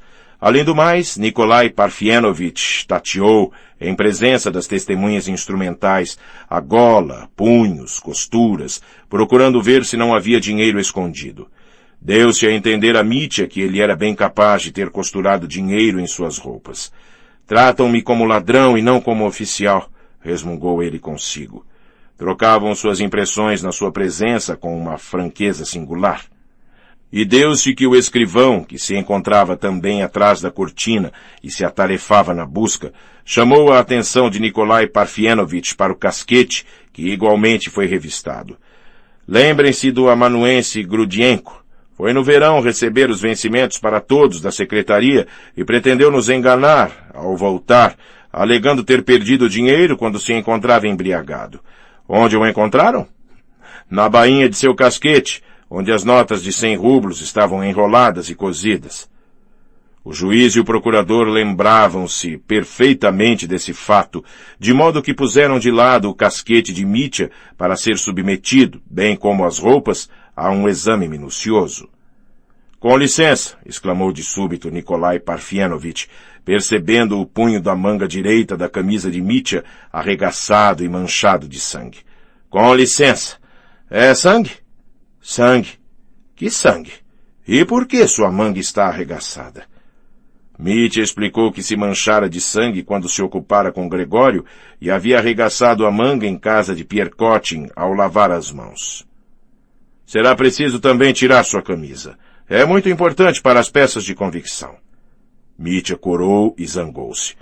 Então vou ficar completamente nu? Não se inquiete, arranjaremos isso. Faça o favor de tirar também suas meias. Não será brincadeira. Tudo isto é verdadeiramente indispensável. Não estamos brincando, replicou severamente Nikolai Parfenovitch. Está bem, se é preciso, murmurou Mitya, que sentando-se no leito se pôs a tirar suas meias. Estava muito constrangido e, coisa estranha, Sentia-se como culpado, assim nu, diante daquelas pessoas vestidas, achando quase que tinham elas agora o direito de desprezá-lo como inferior. A nudez em si nada tem de chocante, a vergonha nasce do contraste, pensou ele. Dir-se-ia um sonho, tenho por vezes experimentado tais sensações em sonho. Era-lhe penoso tirar suas meias, bastante sujas, bem como sua roupa de baixo, e agora todo mundo o vira. Seus pés, sobretudo, lhe desagradavam, sempre achara disformes seus dedos grandes dos pés, particularmente o do pé direito, chato, com a unha recurvada, e todos o viam. O sentimento de sua vergonha tornou-o mais grosseiro. Tirou sua camisa com raiva. Não querem procurar em mais alguma parte, se não tiverem vergonha? Não, para o momento é inútil. Então, devo ficar assim, nu? Sim, é necessário. Queira sentar-se enquanto espera. Pode enrolar-se num cobertor do leito e eu ocupar-me-ei com isso. Tendo sido mostradas as roupas às testemunhas instrumentais e redigido o auto de seu exame, o juiz e o procurador saíram levando as roupas. Mitya ficou em companhia dos mujiques que não desfitavam dele os olhos. Sentia frio e enrolou-se no cobertor, demasiado curto para cobrir seus pés nus. Nikolai Parfenovitch fez-se esperar muito tempo. Toma-me por um rapazola, murmurou Mitya, rangendo os dentes. Esse palerma desse procurador saiu também, por desprezo, talvez. Repugnava-lhe ver-me nu. Mitya imaginava que lhe restituiriam suas roupas após o exame. Qual não foi sua indignação quando Nikolai Parfenovitch reapareceu com outra roupa que um mujik trazia atrás dele. Aqui estão roupas, disse ele num tom desprendido, visivelmente satisfeito com seu achado. Foi o Sr. Kolganov que lhe as emprestou, bem como uma camisa limpa. Por felicidade, tinha-as ele na mala. O senhor pode ficar com suas meias. Não quero roupas dos outros, exclamou Mitya exasperado. Entreguem as minhas. Impossível. Dê-me as minhas, que Kolganov e suas roupas vão para o inferno. Tiveram dificuldade em convencê-lo, mas afinal, de qualquer forma, explicaram-lhe que suas roupas, sujas de sangue, deviam figurar entre as peças de convicção. Não temos mesmo direito de deixá-las com o senhor, diante do aspecto que o caso pode tomar. Mitya acabou por compreendê-lo, calou-se, vestiu-se à pressa. Fez somente notar que o casaco que lhe emprestavam era mais rico que o seu e que não queria aproveitar disso. Além do mais, ridiculamente estreito. Devo estar vestido como um palhaço para diverti-los? Fizeram-lhe observar que exagerava, que somente as calças eram um pouco compridas, mas a sobrecasaca apertava-lhe os ombros. Diabos, é difícil de abotoar, resmungou de novo Mitya. Façam o favor de dizer ao Sr. Kolganov que não fui eu quem pediu essa roupa e que me disfarçaram de palhaço. Ele o compreende muito bem e lamenta. Isto é, não só a roupa, mas este incidente, resmoneou Nikolai Parfenovitch. Pouco me importa que ele o lamente. Está bem. Para onde ir agora? Preciso ficar aqui? Pediram-lhe que passasse para o outro lado. Mitya saiu com ar sombrio, esforçando-se por não olhar para ninguém. Naquele traje estranho sentia-se humilhado, até mesmo aos olhos dos mujiques e de Trifon Borisovich, cuja cara apareceu à porta. Vem ver-me nesses trajes, pensou Mitya. Tornou a sentar-se no mesmo lugar, como sob a impressão de um pesadelo. Parecia-lhe não se achar em seu estado normal. Agora vão mandar-me açoitar? Só lhes falta isso, disse ele, dirigindo-se ao procurador. Evitava voltar-se para Nikolai Parfenovitch, como desdenhando dirigir-lhe a palavra. Examinou demasiado minuciosamente minhas meias, revirou-as mesmo, o monstro, para que todo mundo veja como estão elas sujas. É preciso agora ouvir as testemunhas, proferiu Nikolai, como em resposta à pergunta de Mitya. Sim, disse o procurador com ar absorto. Dmitri Fyodorovitch, fizemos o possível a seu favor, prosseguiu o juiz. Mas como o senhor se recusou categoricamente a nos explicar a proveniência da soma encontrada em seu poder, somos agora... De que é esse seu anel? Interrompeu Mitya, como que saindo de um devaneio e designando um dos anéis que ornavam a mão de Nikolai Parfenovitch. Meu anel? Sim, esse aí, no dedo grande, cuja pedra é veiada, insistiu Mitya como uma criança teimosa. É um topázio enfumado, disse Nikolai Parfienovitch sorrindo. Quer examiná-lo? Tirá-lo-ei? Não o tire, exclamou raivosamente Mitya, reconsiderando e furioso contra si mesmo. Não o tire, é inútil. Ao diabo, os senhores me envileceram. Acreditam que eu o dissimularia se tivesse matado meu pai, que eu recorreria à astúcia e à mentira? Não está isso no caráter de Dmitri Fyodorovitch. Ele não o suportaria, e se eu fosse culpado, juro-lhes que não teria esperado a chegada dos senhores e o nascer do sol, como tinha a princípio intenção. Ter-me-ia suicidado antes da aurora. Sinto-o bem agora. Em 20 anos teria aprendido menos do que durante essa noite maldita, e estaria desse jeito sentado ao lado dos senhores, falaria desta maneira, com os mesmos gestos, os mesmos olhares, se fosse realmente um parricida, quando o assassínio acidental de Gregório me atormentou a noite inteira? Não por temor, não pelo simples medo do castigo. Oh, vergonha!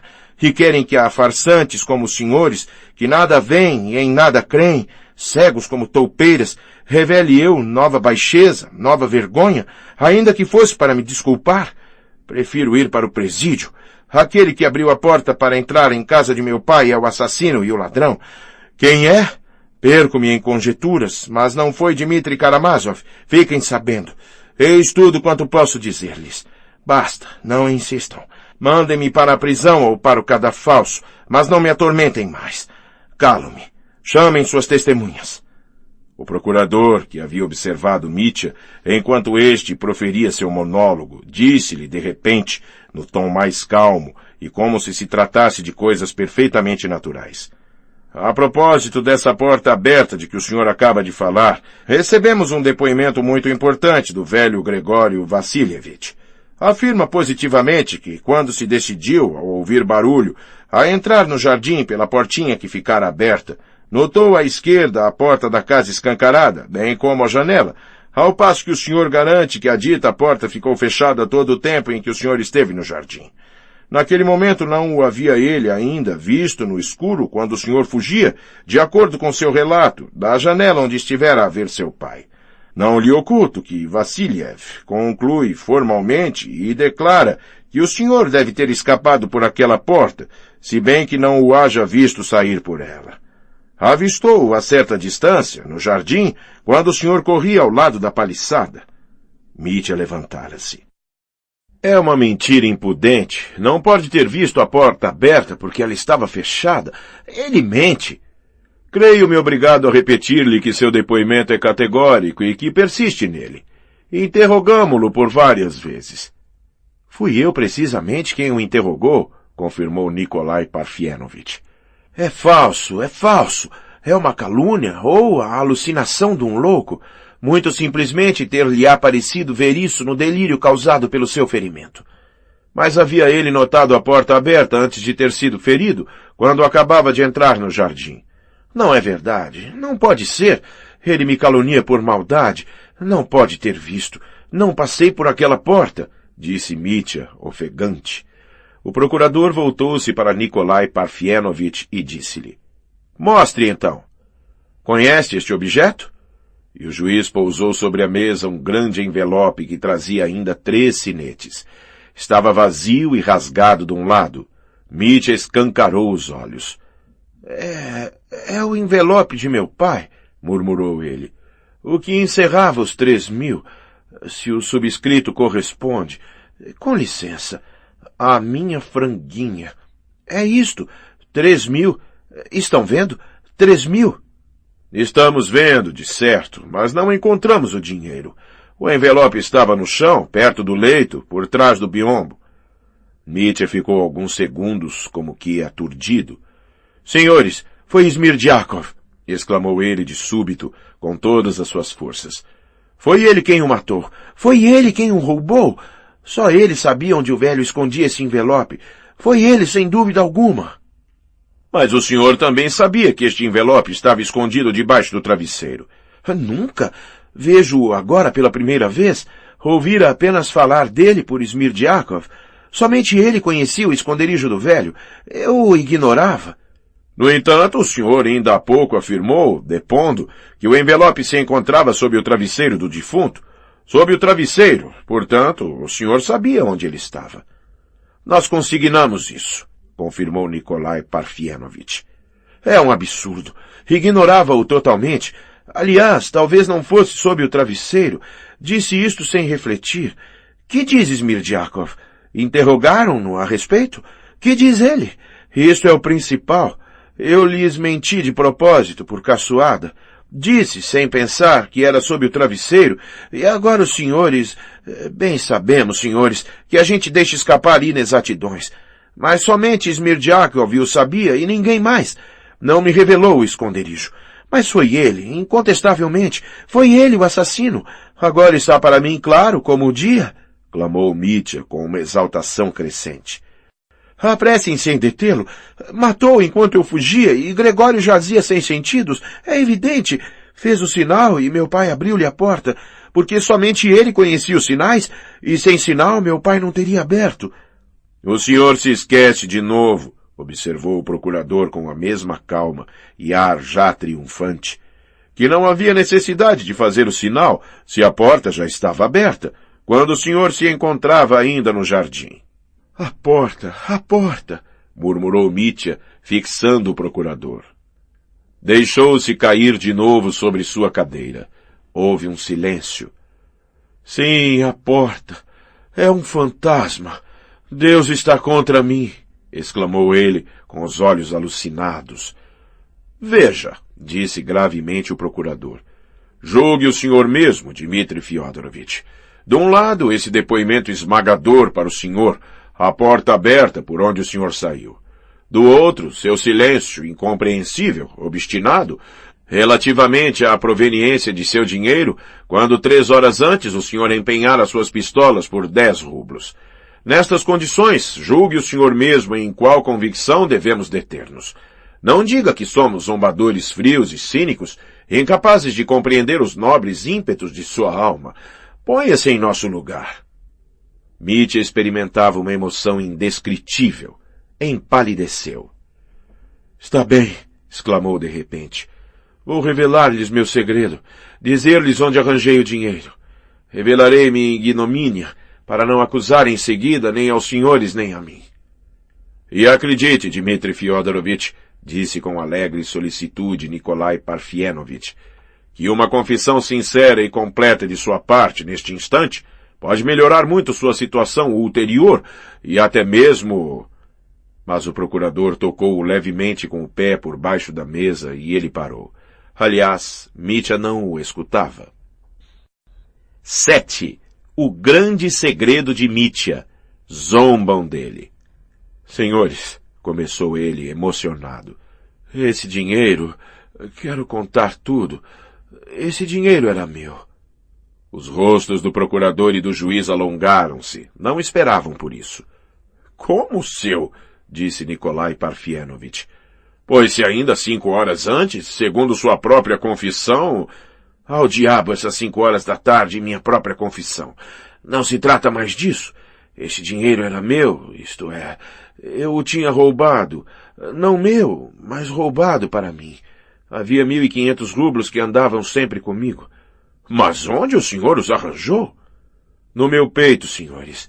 Encontravam-se aqui, costurados, num pano, pendurados no meu pescoço. Desde muito tempo, desde 1 mês, trazia-os como testemunho de minha infâmia.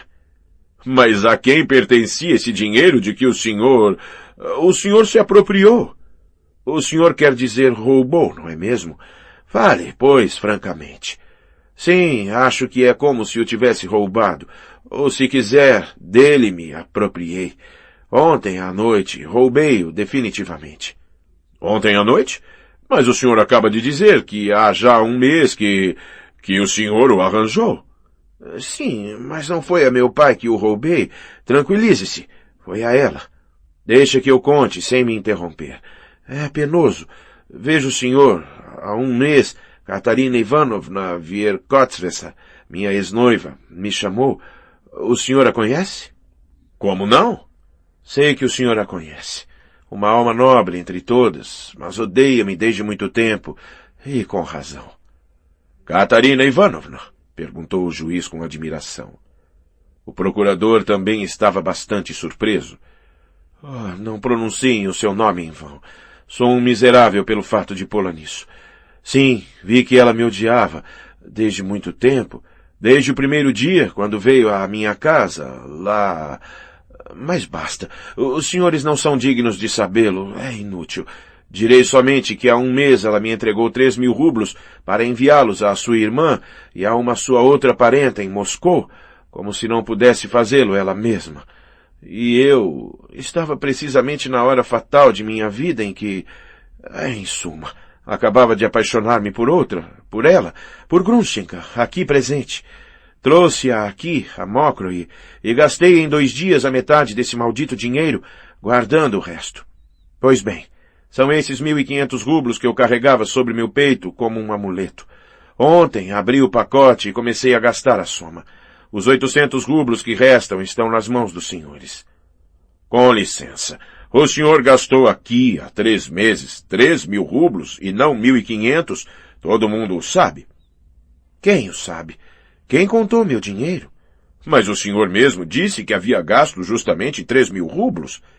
É verdade, disse-o a qualquer um. Repetiram-no. Toda a cidade acreditou.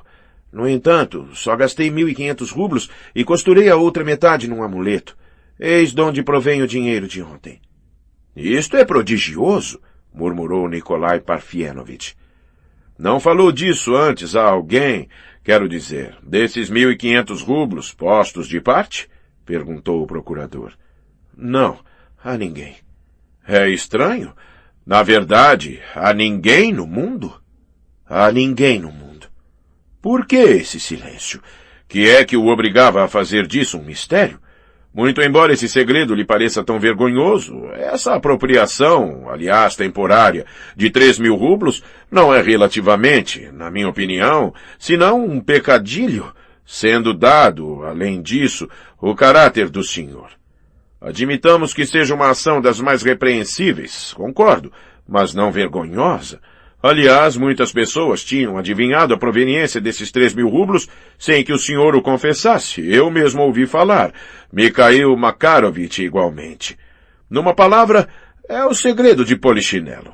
Além do mais, há indícios, salvo erro, de que o senhor confiara a alguém que esse dinheiro vinha da senhorita Vierkotseva. De modo que, por que cercar de tal mistério o fato de ter guardado uma parte da soma, ligando a isso uma espécie de horror? É difícil acreditar que lhe custe tanto confessar esse segredo. O senhor acaba de exclamar com efeito, antes a prisão. O procurador calou-se. Acalorara-se e não ocultava seu aborrecimento, sem mesmo procurar castigar seu estilo. Não eram os 1.500 rublos que constituíam a vergonha, mas o fato de ter dividido a soma, disse com altivez Mitya. Mas enfim, disse o procurador com irritação, que há de vergonhoso no fato de haver o senhor dividido esses 3.000 rublos adquiridos desonestamente. O que importa é a apropriação dessa soma, e não o uso que o senhor fez dela. A propósito, por que operou essa divisão? Com que fim? Poderia explicar-nos? Oh, senhores, é o fim que faz tudo. Pratiquei essa divisão por baixeza, isto é, por cálculo, porque aqui o cálculo é uma baixeza, e essa baixeza durou todo um mês. É incompreensível. O senhor me causa espanto. Aliás, vou ser preciso. É talvez com efeito incompreensível. Acompanhem-me bem. Aproprio-me de 3.000 rublos confiados à minha honra, faço farra com eles, gasto a soma inteira. Pela manhã vou à casa dela dizer-lhe, perdão, Kátia, gastei os teus 3.000 rublos. Fica bem isso? Não, é desonesto e covarde. É ação monstruosa de um homem incapaz de dominar-se, não é? Mas não é um roubo, convenham, não é um roubo direto. Gastei o dinheiro, não o roubei. Eis um caso ainda mais favorável. Acompanhem-me, porque arrisco-me a atrapalhar-me, gira-me a cabeça. Gasto 1.500 rublos apenas dos 3.000. No dia seguinte vou à casa dela levar-lhe o resto. Kátia, sou um miserável. Toma esses 1.500 rublos porque gastei os outros. Estes serão também gastos. Preserva-me da tentação.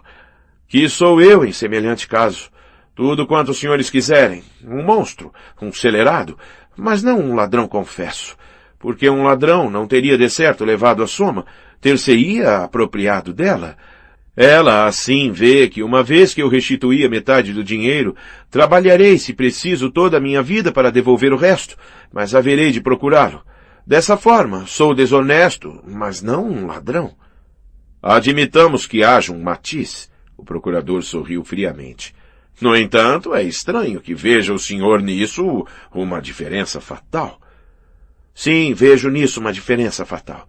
Cada qual pode ser desonesto, creio mesmo que cada qual o é, mas para roubar é preciso um franco canalha.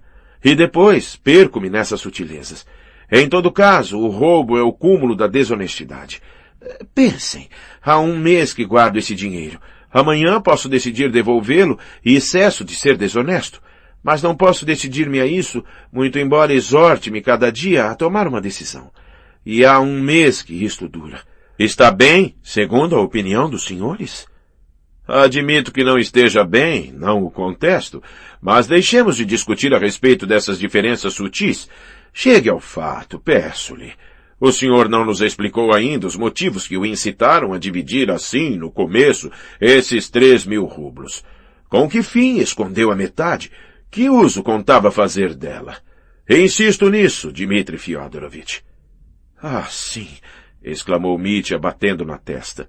Perdão por conservá-lo em suspenso em lugar de explicar-lhe o principal. O senhor teria logo compreendido porque é o fito de minha ação que a torna ignóbil. Veja, o defunto não cessava de obsedar a Grafiena Alexandrovna. Eu sentia ciúme, acreditava que ela hesitava entre ele e mim. Pensava todos os dias. E se ela fosse decidir-se, se ela me dissesse de repente, é a ti que amo, leva-me para o fim do mundo. Ora, possuía eu ao todo 20 copequês, como levá-la? O que fazer então? Estava perdido, porque eu não a conhecia ainda. Acreditava que ela precisava do dinheiro, que não me perdoaria minha pobreza. Então conto a metade da soma, de sangue frio, coso-a num trapo, de propósito deliberado, e vou para a pândega com o resto. É ignóbil. Compreendeu agora? Os juízes puseram-se a rir. Na minha opinião, deu o senhor prova de sabedoria e de moralidade, moderando-se, não gastando tudo, disse Nikolai Parfienovitch. Que há de grave nisso? Ah, que eu roubei!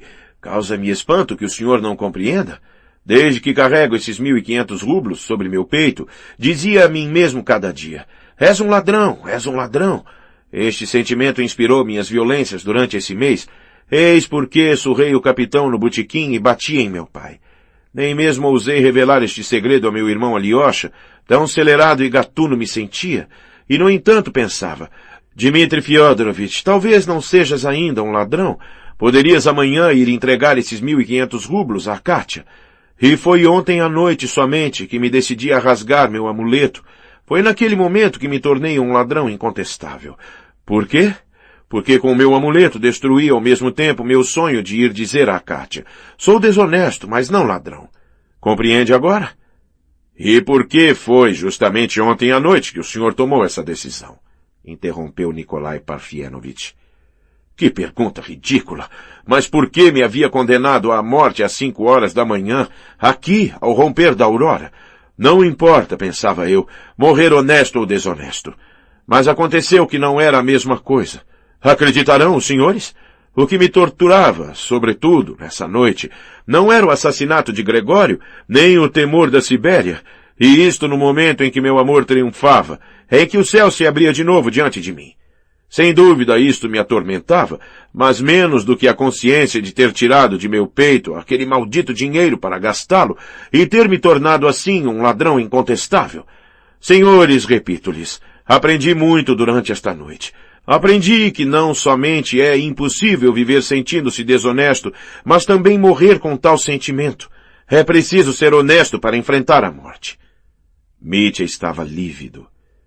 Começo a compreendê-lo, Dmitri Fyodorovitch, disse o procurador com simpatia. Mas como quiser, tudo isso vem dos nervos. O senhor tem os nervos doentes. Porque, por exemplo, para pôr fim a seus sofrimentos, não foi devolver esses 1.500 rublos à pessoa que lhe os havia confiado e ter uma explicação com ela. Em seguida, dada sua terrível situação, então, por que não ter tentado uma combinação que parece bastante natural? Depois de ter confessado nobremente suas faltas, o senhor ter-lhe-ia pedido a soma de que necessitava. Tendo em vista a generosidade dessa pessoa e o embaraço em que o senhor se encontrava, ela não lhe teria de certo recusado, sobretudo propondo-lhe as garantias oferecidas ao comerciante Sansonov e à senhora Koklakova. Não considera o senhor essa garantia como válida ainda agora? Mitya corou. Acreditar-me-ia o senhor viu a este ponto? É impossível que o senhor fale seriamente, disse ele com indignação. Mas estou falando seriamente. Por que o duvida? Admirou-se, por sua vez, o procurador. Mas seria ignóbil. Senhores, fiquem sabendo que me estão atormentando. Pois seja, dir-lhes-ei tudo. Confessarei meu pensamento infernal, e os senhores verão, para sua vergonha, até onde os sentimentos humanos podem descer. Saibam que também eu encarei essa combinação de que o senhor fala, procurador. Sim, senhores, estava quase resolvido a ir à casa de Katia, tão desonesto eu era. Mas anunciar-lhe minha traição, e para as despesas que ela acarreta, pedir-lhe dinheiro, a ela, Katia, pedir, entendem os senhores, e fugir logo com sua rival, com aquela que a odeia e a ofendeu. Vejamos, procurador, o senhor está louco. Não estou louco, mas não pensei a princípio nesse ciúme de mulher. Se existia, como o senhor o afirma, sim, pode bem haver aí algo desse gênero. Aqueceu o procurador sorrindo. Mas isto teria sido uma baixeza sem nome, berrou Mitya, batendo com o punho sobre a mesa. Algo de infecto? Ela me teria dado aquele dinheiro por vingança, por desprezo, porque tem ela também uma alma infernal e de grandes cóleras. Eu teria aceitado o dinheiro, por certo, tê-lo-ia aceitado, e então toda a minha vida... Ah, Deus, perdoe-me, senhores, o gritar tão forte. Não há muito tempo pensava eu ainda nessa combinação. Na outra noite, quando estava cuidando de Liagavi, e durante todo o dia de ontem, lembro-me até aquele acontecimento. Até qual acontecimento? Perguntou Nikolai Parfienovitch, mas Mitya não ouviu. Fiz-lhes uma terrível confissão. Saibam apreciar isso, senhores. Compreendam-lhe todo o valor. Mas se são capazes disso, é que me desprezam, e morrerei de vergonha por haver me confessado a gente como os senhores. Oh, matar-me-ei. E já vejo que não me acreditam. Como? Querem consignar isto? Exclamou ele com terror. Mas sim, replicou Nikolai Parfienovitch, espantado. Nós notamos que até a última hora pensava o senhor em ir à casa da senhorita Vierkotseva para lhe pedir aquela soma. Asseguro-lhe que essa declaração é muito importante para nós, Dmitri Fyodorovitch, e sobretudo para o senhor. Vejamos, senhores, tenham pelo menos o pudor de não mandar consignar isto. Pus minha alma a nu diante dos senhores, e os senhores se aproveitam para nela cascavilhar. Oh, meu Deus! Cobriu o rosto com as mãos. Não se inquiete tanto, Dmitri Fyodorovitch, concluiu o procurador. Far-lhe-ão leitura de tudo quanto está escrito, modificando-se o texto lá onde o senhor não estiver de acordo. Agora, pergunto-lhe pela terceira vez. É bem verdade que ninguém, nem uma alma, ouviu falar desse dinheiro costurado no amuleto? Ninguém, já o disse. O senhor então não compreendeu? Deixe-me tranquilo. Pois seja, este ponto terá de ser esclarecido. Enquanto se espera, reflita. Temos talvez uma dezena de testemunhas que afirmam que o senhor mesmo sempre falou de uma despesa de 3.000 rublos e não de 1.500. E agora, à sua chegada aqui, o senhor declarou a muitos que trazia ainda 3.000. Os senhores têm entre as mãos centenas de testemunhos análogos. 1 milhar de pessoas ouviu isso. Pois bem, como vê o senhor, todos são unânimes. A palavra todos significa, pois, alguma coisa. Isso não significa nada absolutamente. Menti, e todos mentiram como eu. Por que mentiu? O diabo sabe por quê. Por gabolice, talvez. A gloríola de ter gasto tal soma. Talvez para esquecer o dinheiro que eu havia escondido. Sim, justamente. Eis porque... Diabos! Quantas vezes já me fizeram esta pergunta? Menti, eis tudo, e não quis desdizer-me. Por que se mente por vezes? É bem difícil de explicar, Dmitri Fyodorovich, disse gravemente o procurador. Mas diga-nos, esse amuleto, como o senhor chama, era grande? Não. De que tamanho, por exemplo? Do tamanho de uma nota de 100 rublos dobrada em duas. Faria melhor mostrando-nos os pedaços. Deve tê-los, certamente, com o senhor. Que tolice! Não sei onde eles estão. Com licença. Onde e quando o retirou de seu pescoço? O senhor não voltou para casa, segundo sua declaração? Foi ao ir à casa de Pierre Kotin, depois de ter deixado Fiênia. Rasguei-o para tirar o dinheiro. No escuro? Para que uma vela? O pano foi depressa rasgado. Sem tesouras? Na rua? Na praça, creio. Que fez dele? Atirei-o lá. Onde? Em alguma parte, na praça. O diabo sabe onde. Que é que interessa isso aos senhores? É muito importante, Dmitri Fyodorovich. Há nisso uma peça de convicção em seu favor, não o compreende? Quem o ajudou a costurá-lo há um mês? Ninguém. Eu mesmo o costurei. Sabe coser? Um soldado deve saber coser. Aliás, não há necessidade de ser hábil para isso. E onde arranjou o pano? Isto é, esse trapo? Os senhores querem rir. Absolutamente. Não estamos com vontade de rir, Dmitri Fyodorovich. Não me lembro onde. Como pode ter esquecido? Palavra, não me lembro. Rasguei, talvez, um pedaço de roupa branca. É muito importante. Poder-se-ia encontrar amanhã em sua casa a peça, a camisa, talvez, de que o senhor arrancou um pedaço. De que era esse trapo? De algodão ou de linho? O diabo sabe. Esperem. Parece-me que não rasguei nada. Era, creio, de algodão. Costurei da touca de minha locadora. Da touca de sua locadora? Sim, tirei-a dela. Como tirou-a? Estão vendo? Lembro-me com efeito de ter subtraído uma touca para aproveitar o pano em trapos, talvez como limpador de penas.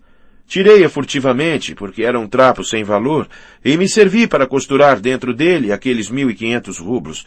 Creio bem que foi isso, um velho pedaço de tecido de algodão 1000 vezes lavado. E está certo disso? Não sei, parece-me. Aliás, pouco me importa. Neste caso, sua locadora poderia ter verificado o desaparecimento desse objeto. Não o notou. Um velho trapo, digo-lhes eu. Um trapo que não valia um copequê. E a agulha, a linha, onde as arranjou? Paro. Chega. Cortou bruscamente Mitya, zangado. É estranho que o senhor não se lembre onde atirou aquele amuleto na praça. Mandem varrer a praça amanhã, talvez o encontrem. Basta, senhores, basta. Proferiu Mitya num tom de acabrunhamento. Vejo-o bem, não acreditam os senhores numa palavra do que lhes digo. É culpa minha e não dos senhores. Não deveria ter me deixado levar a isso, porque degradei-me revelando meu segredo. Isto lhes parece engraçado. Vejo-o pelos seus olhos. Foi o senhor que me atraiu a este ponto, procurador. Triunfe agora. Malditos sejam carrascos. Curvou a cabeça, cobriu o rosto com as mãos. O procurador e o juiz calavam-se. Ao fim de 1 minuto, Mitya levantou a cabeça e fitou-os inconscientemente. Sua fisionomia exprimia o desespero no seu último grau. Tinha o ar desvairado. Entretanto, era preciso acabar, proceder ao interrogatório das testemunhas. Eram 8 horas da manhã, tinham apagado as velas desde muito tempo. Mikhail Makarovich e Kolganov, que andavam abaixo e acima durante o interrogatório, tinham agora saído ambos. O procurador e o juiz pareciam fatigados. Fazia mau tempo, o céu estava nublado, a chuva caía torrencialmente. Mitya olhava vagamente através das vidraças. Posso olhar pela janela? Perguntou ele a Nikolai Parfenovich. À sua vontade, respondeu este. Mitya levantou-se e aproximou-se da janela. A chuva fustigava as pequenas vidraças esverdeadas. Via-se a estrada enlamaçada, e mais longe as filas de isbás, sombrias e pobres, que a chuva tornava mais miseráveis ainda. Mitya se lembrou de Febo dos cabelos de ouro e de sua intenção de matar-se logo aos seus primeiros raios. Semelhante manhã teria convindo ainda melhor. Sorriu amargamente e voltou-se para seus carrascos. Senhores, vejo que estou perdido. Ela, porém, digam-me, suplico-lhes, deve ela sofrer a mesma sorte? Está inocente, perdera a cabeça ontem para gritar que era culpada de tudo. Está completamente inocente. Após esta noite de angústia, não me podem dizer os senhores o que farão com ela. Tranquilize-se a este respeito, Dmitri Fyodorovich, apressou-se em responder o procurador. Não temos no momento nenhum motivo para inquietar a pessoa pela